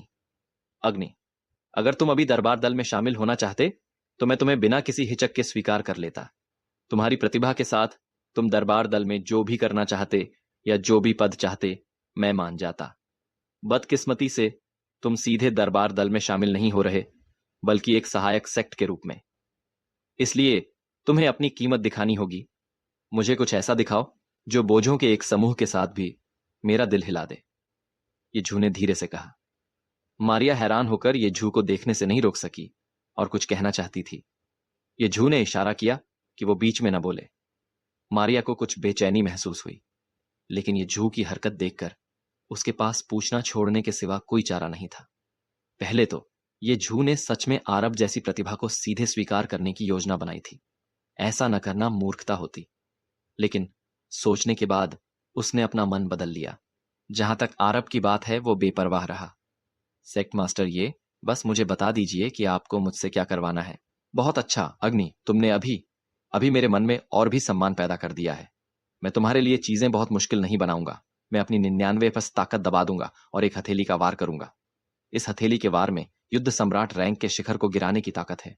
अगर तुम इसे झेल सकते हो, फर्क नहीं पड़ता कि तुम कौन सा तरीका इस्तेमाल करते हो या नतीजा क्या होता है, मैं तुम्हें दरबार दल में स्वीकार कर लूंगा, ये जू ने कहा। यह सुनकर आरब का शांत दिल उत्तेजित हुए बिना नहीं रह सका। यह जू की ताकत सच में अथाह थी। अपनी 99 ताकत दबाने के बाद भी वो युद्ध सम्राट रैंक के शिखर के स्तर का हथेली का वार कर सकता था। मारिया घबरा गई। सेक्ट मास्टर, ये नहीं हो सकता। जवान मास्टर राजवंशी सिर्फ युद्ध सम्राट रैंक के दूसरे स्तर पर हैं। वो युद्ध सम्राट रैंक के शिखर के आपके हथेली के वार को कैसे झेल सकते हैं? मुझे पता है कि मैं क्या कर रहा हूं, ये जू ने जवाब दिया। अग्नि, तुम्हारा क्या ख्याल है? कोई भी तरीका इजाजत है? आरब ने पलकें झपकाई। कोई भी तरीका इजाजत है। ये जू ने आरब को देखा और हल्की सी मुस्कान दी। क्या ऐसा हो सकता था कि इस बच्चे के पास सच में कोई रास्ता हो? आरब ने मुस्कुराकर कहा, ठीक है सीनियर, आगे बढ़िए। ये जू ने आरब की प्रतिक्रिया देखी और चेतावनी दी। छोटे बच्चे, मैं अब अपनी हरकत करने वाला हूं, ध्यान केंद्रित रखो। उसकी बात खत्म होते ही ये जू ने एक हथेली से वार किया। इस वार से लगातार 3 प्रेत हथेली की परछाइयां निकली। हर एक दूसरी की तरह असली दिख रही थी और दबदबे वाली सुनहरी रोशनी से ढकी हुई थी। पूरी ताकत बिखेर रही थी। कमाल! आरब ने अपनी तरफ आती ताकत को महसूस किया और उसकी धड़कन हल्की तेज हो गई। उसने पहले भी युद्ध पूर्वज रैंक से आधा कदम दूर के किसी विशेषज्ञ की चाल का अनुभव किया था, लेकिन यह जू के हथेली के वार की दबी हुई ताकत युद्ध पूर्वज रैंक से आधा कदम दूर से बहुत अलग नहीं थी। लेकिन आरब शांत रहा। इस हथेली के सामने उसने बिना किसी हिचकिचाहट के 9 सितारा कद्दू निकाल लिया। जैसे ही कद्दू बाहर आया, आरब ने अचानक ढक्कन खींच लिया और कद्दू से एक हैरत अंगेज ताकत निकल पड़ी, जिसने सीधे सुनहरी रोशनी से भरी 3 हथेली की छापों को सोख लिया। ये देखकर ये जू, जो ये जानने को बहुत उत्सुक था कि आरब हमले को कैसे झेलेगा, अचानक खड़ा हो गया। उसका चेहरा हैरानी से भर गया। कितना अविश्वसनीय खजाना है, ये जू ने कहा। आरब कुछ अजीब सा दिखा और पूछा, तो सेक्ट मास्टर, क्या आप मेरे नतीजों से संतुष्ट हैं? दरअसल उसके पास हथेली के वार को झेलने के और भी साधन थे, लेकिन उसने उनका इस्तेमाल नहीं किया, क्योंकि हर दूसरे तरीके में उसे अपनी पूरी ताकत लगानी पड़ती। इसलिए स्वाभाविक रूप से 9 सितारा कद्दू ज्यादा आरामदायक विकल्प था। थोड़ी देर के चिंतन के बाद ये जू अचानक जोर से हंस पड़ा। अच्छा अच्छा, ये बहुत बढ़िया था बच्चे। मैं तुम्हारे जवाब से बहुत संतुष्ट हूं। अब से अग्निधारा संप्रदाय दरबार दल का सहायक सेक्ट होगा। फर्क नहीं पड़ता कि तुम अग्निधारा संप्रदाय के सेक्ट लीडर रहते हो या नहीं, दरबार दल अग्निधारा संप्रदाय की रक्षा करेगा। आरब को वो मिल गया जो वो चाहता था और उसने तुरंत धन्यवाद दिया। शुक्रिया सेक्ट मास्टर। ये ठीक है अग्नि, अब तुम जा सकते हो, ये जू ने कहा। जी। अरब ने आदेश का पालन किया और बिना कुछ और कहे चला गया। अरब को जाते देखकर तब जाकर ये जू ने अपने मुंह के कोने को ऊपर उठने दिया, जिससे मनोरंजन और संतुष्टि का भाव प्रकट हुआ। मारिया उलझन में पड़ गई और पूछा, सेक्ट मास्टर, अभी अभी आपका क्या मतलब था? क्या आप उसे और अग्निधारा संप्रदाय को तुरंत स्वीकार नहीं करने वाले थे? आपने उसे इतना मुश्किल काम क्यों दिया? खुशकिस्मती से वो इसे झेल सका। अगर नहीं झेल पाता तो क्या आपका हथेली का वार उसे मार नहीं देता? क्या तुम्हें चिंता हो रही है? ये जू ने हंसते हुए कहा। मारिया का चेहरा लाल हो गया, मानो वो रंगे हाथों पकड़ी गई हो। उसने जल्दी से समझाया, सेक्ट मास्टर, मेरा मतलब वो नहीं था। हे मारिया, ऐसा लगता है कि तुम्हें इस बच्चे में काफी दिलचस्पी है। हाँ, अगर ऐसा है तो मैंने अभी अभी जो किया वो पूरी तरह बेमानी नहीं था, ये जू ने हल्के से कहा। मारिया और भी उलझ गई। सेक्ट मास्टर, आपका क्या मतलब है? मेरा कभी भी इस बच्चे को मारने का इरादा नहीं था। अगर वो हमले को नहीं झेल पाता तो मैं रुक जाता और उसे चोट नहीं पहुंचाता। जैसा मैंने पहले कहा था, नतीजा चाहे जो हो, मैं उसे स्वीकार कर लेता। मैं असल में यह परखना नहीं चाहता था कि क्या वो दरबार दल के सहायक सेक्ट के रूप में अग्निधारा संप्रदाय का नेतृत्व करने के योग्य है, येजू ने समझाया। तो फिर आपका उससे क्या मतलब था? मारिया और भी उलझ गई। वो शब्द तो बस एक दिखावा थे। मैं परखना चाहता था कि क्या उसकी और भी बड़ी कीमत है, जैसे कि भविष्य में वो दरबार दल में किस पद पर रह सकता है। अगर वो मेरे आधे हमले का बचाव कर सकता तो मैं व्यक्तिगत रूप से उसे सलाह देने पर भी विचार करता। अब जब उसने पूरा झेल लिया, अच्छा अच्छा, ये झू ने जारी रखा। ये झू ने फिर कहा, मारिया, क्या तुम्हें नहीं लगता कि वो तुम्हारे लिए एक बेहतरीन जोड़ी है? सेक्ट सेक्ट मास्टर, आप क्या बोल रहे हैं? मारिया का चेहरा गहरा लाल हो गया। जाहिर तौर पर ये झू के इरादे समझ गई। हालांकि ये बच्चा सहायक सेक्ट बन गया है, लेकिन आखिरकार वो सच में दरबार दल का हिस्सा नहीं है।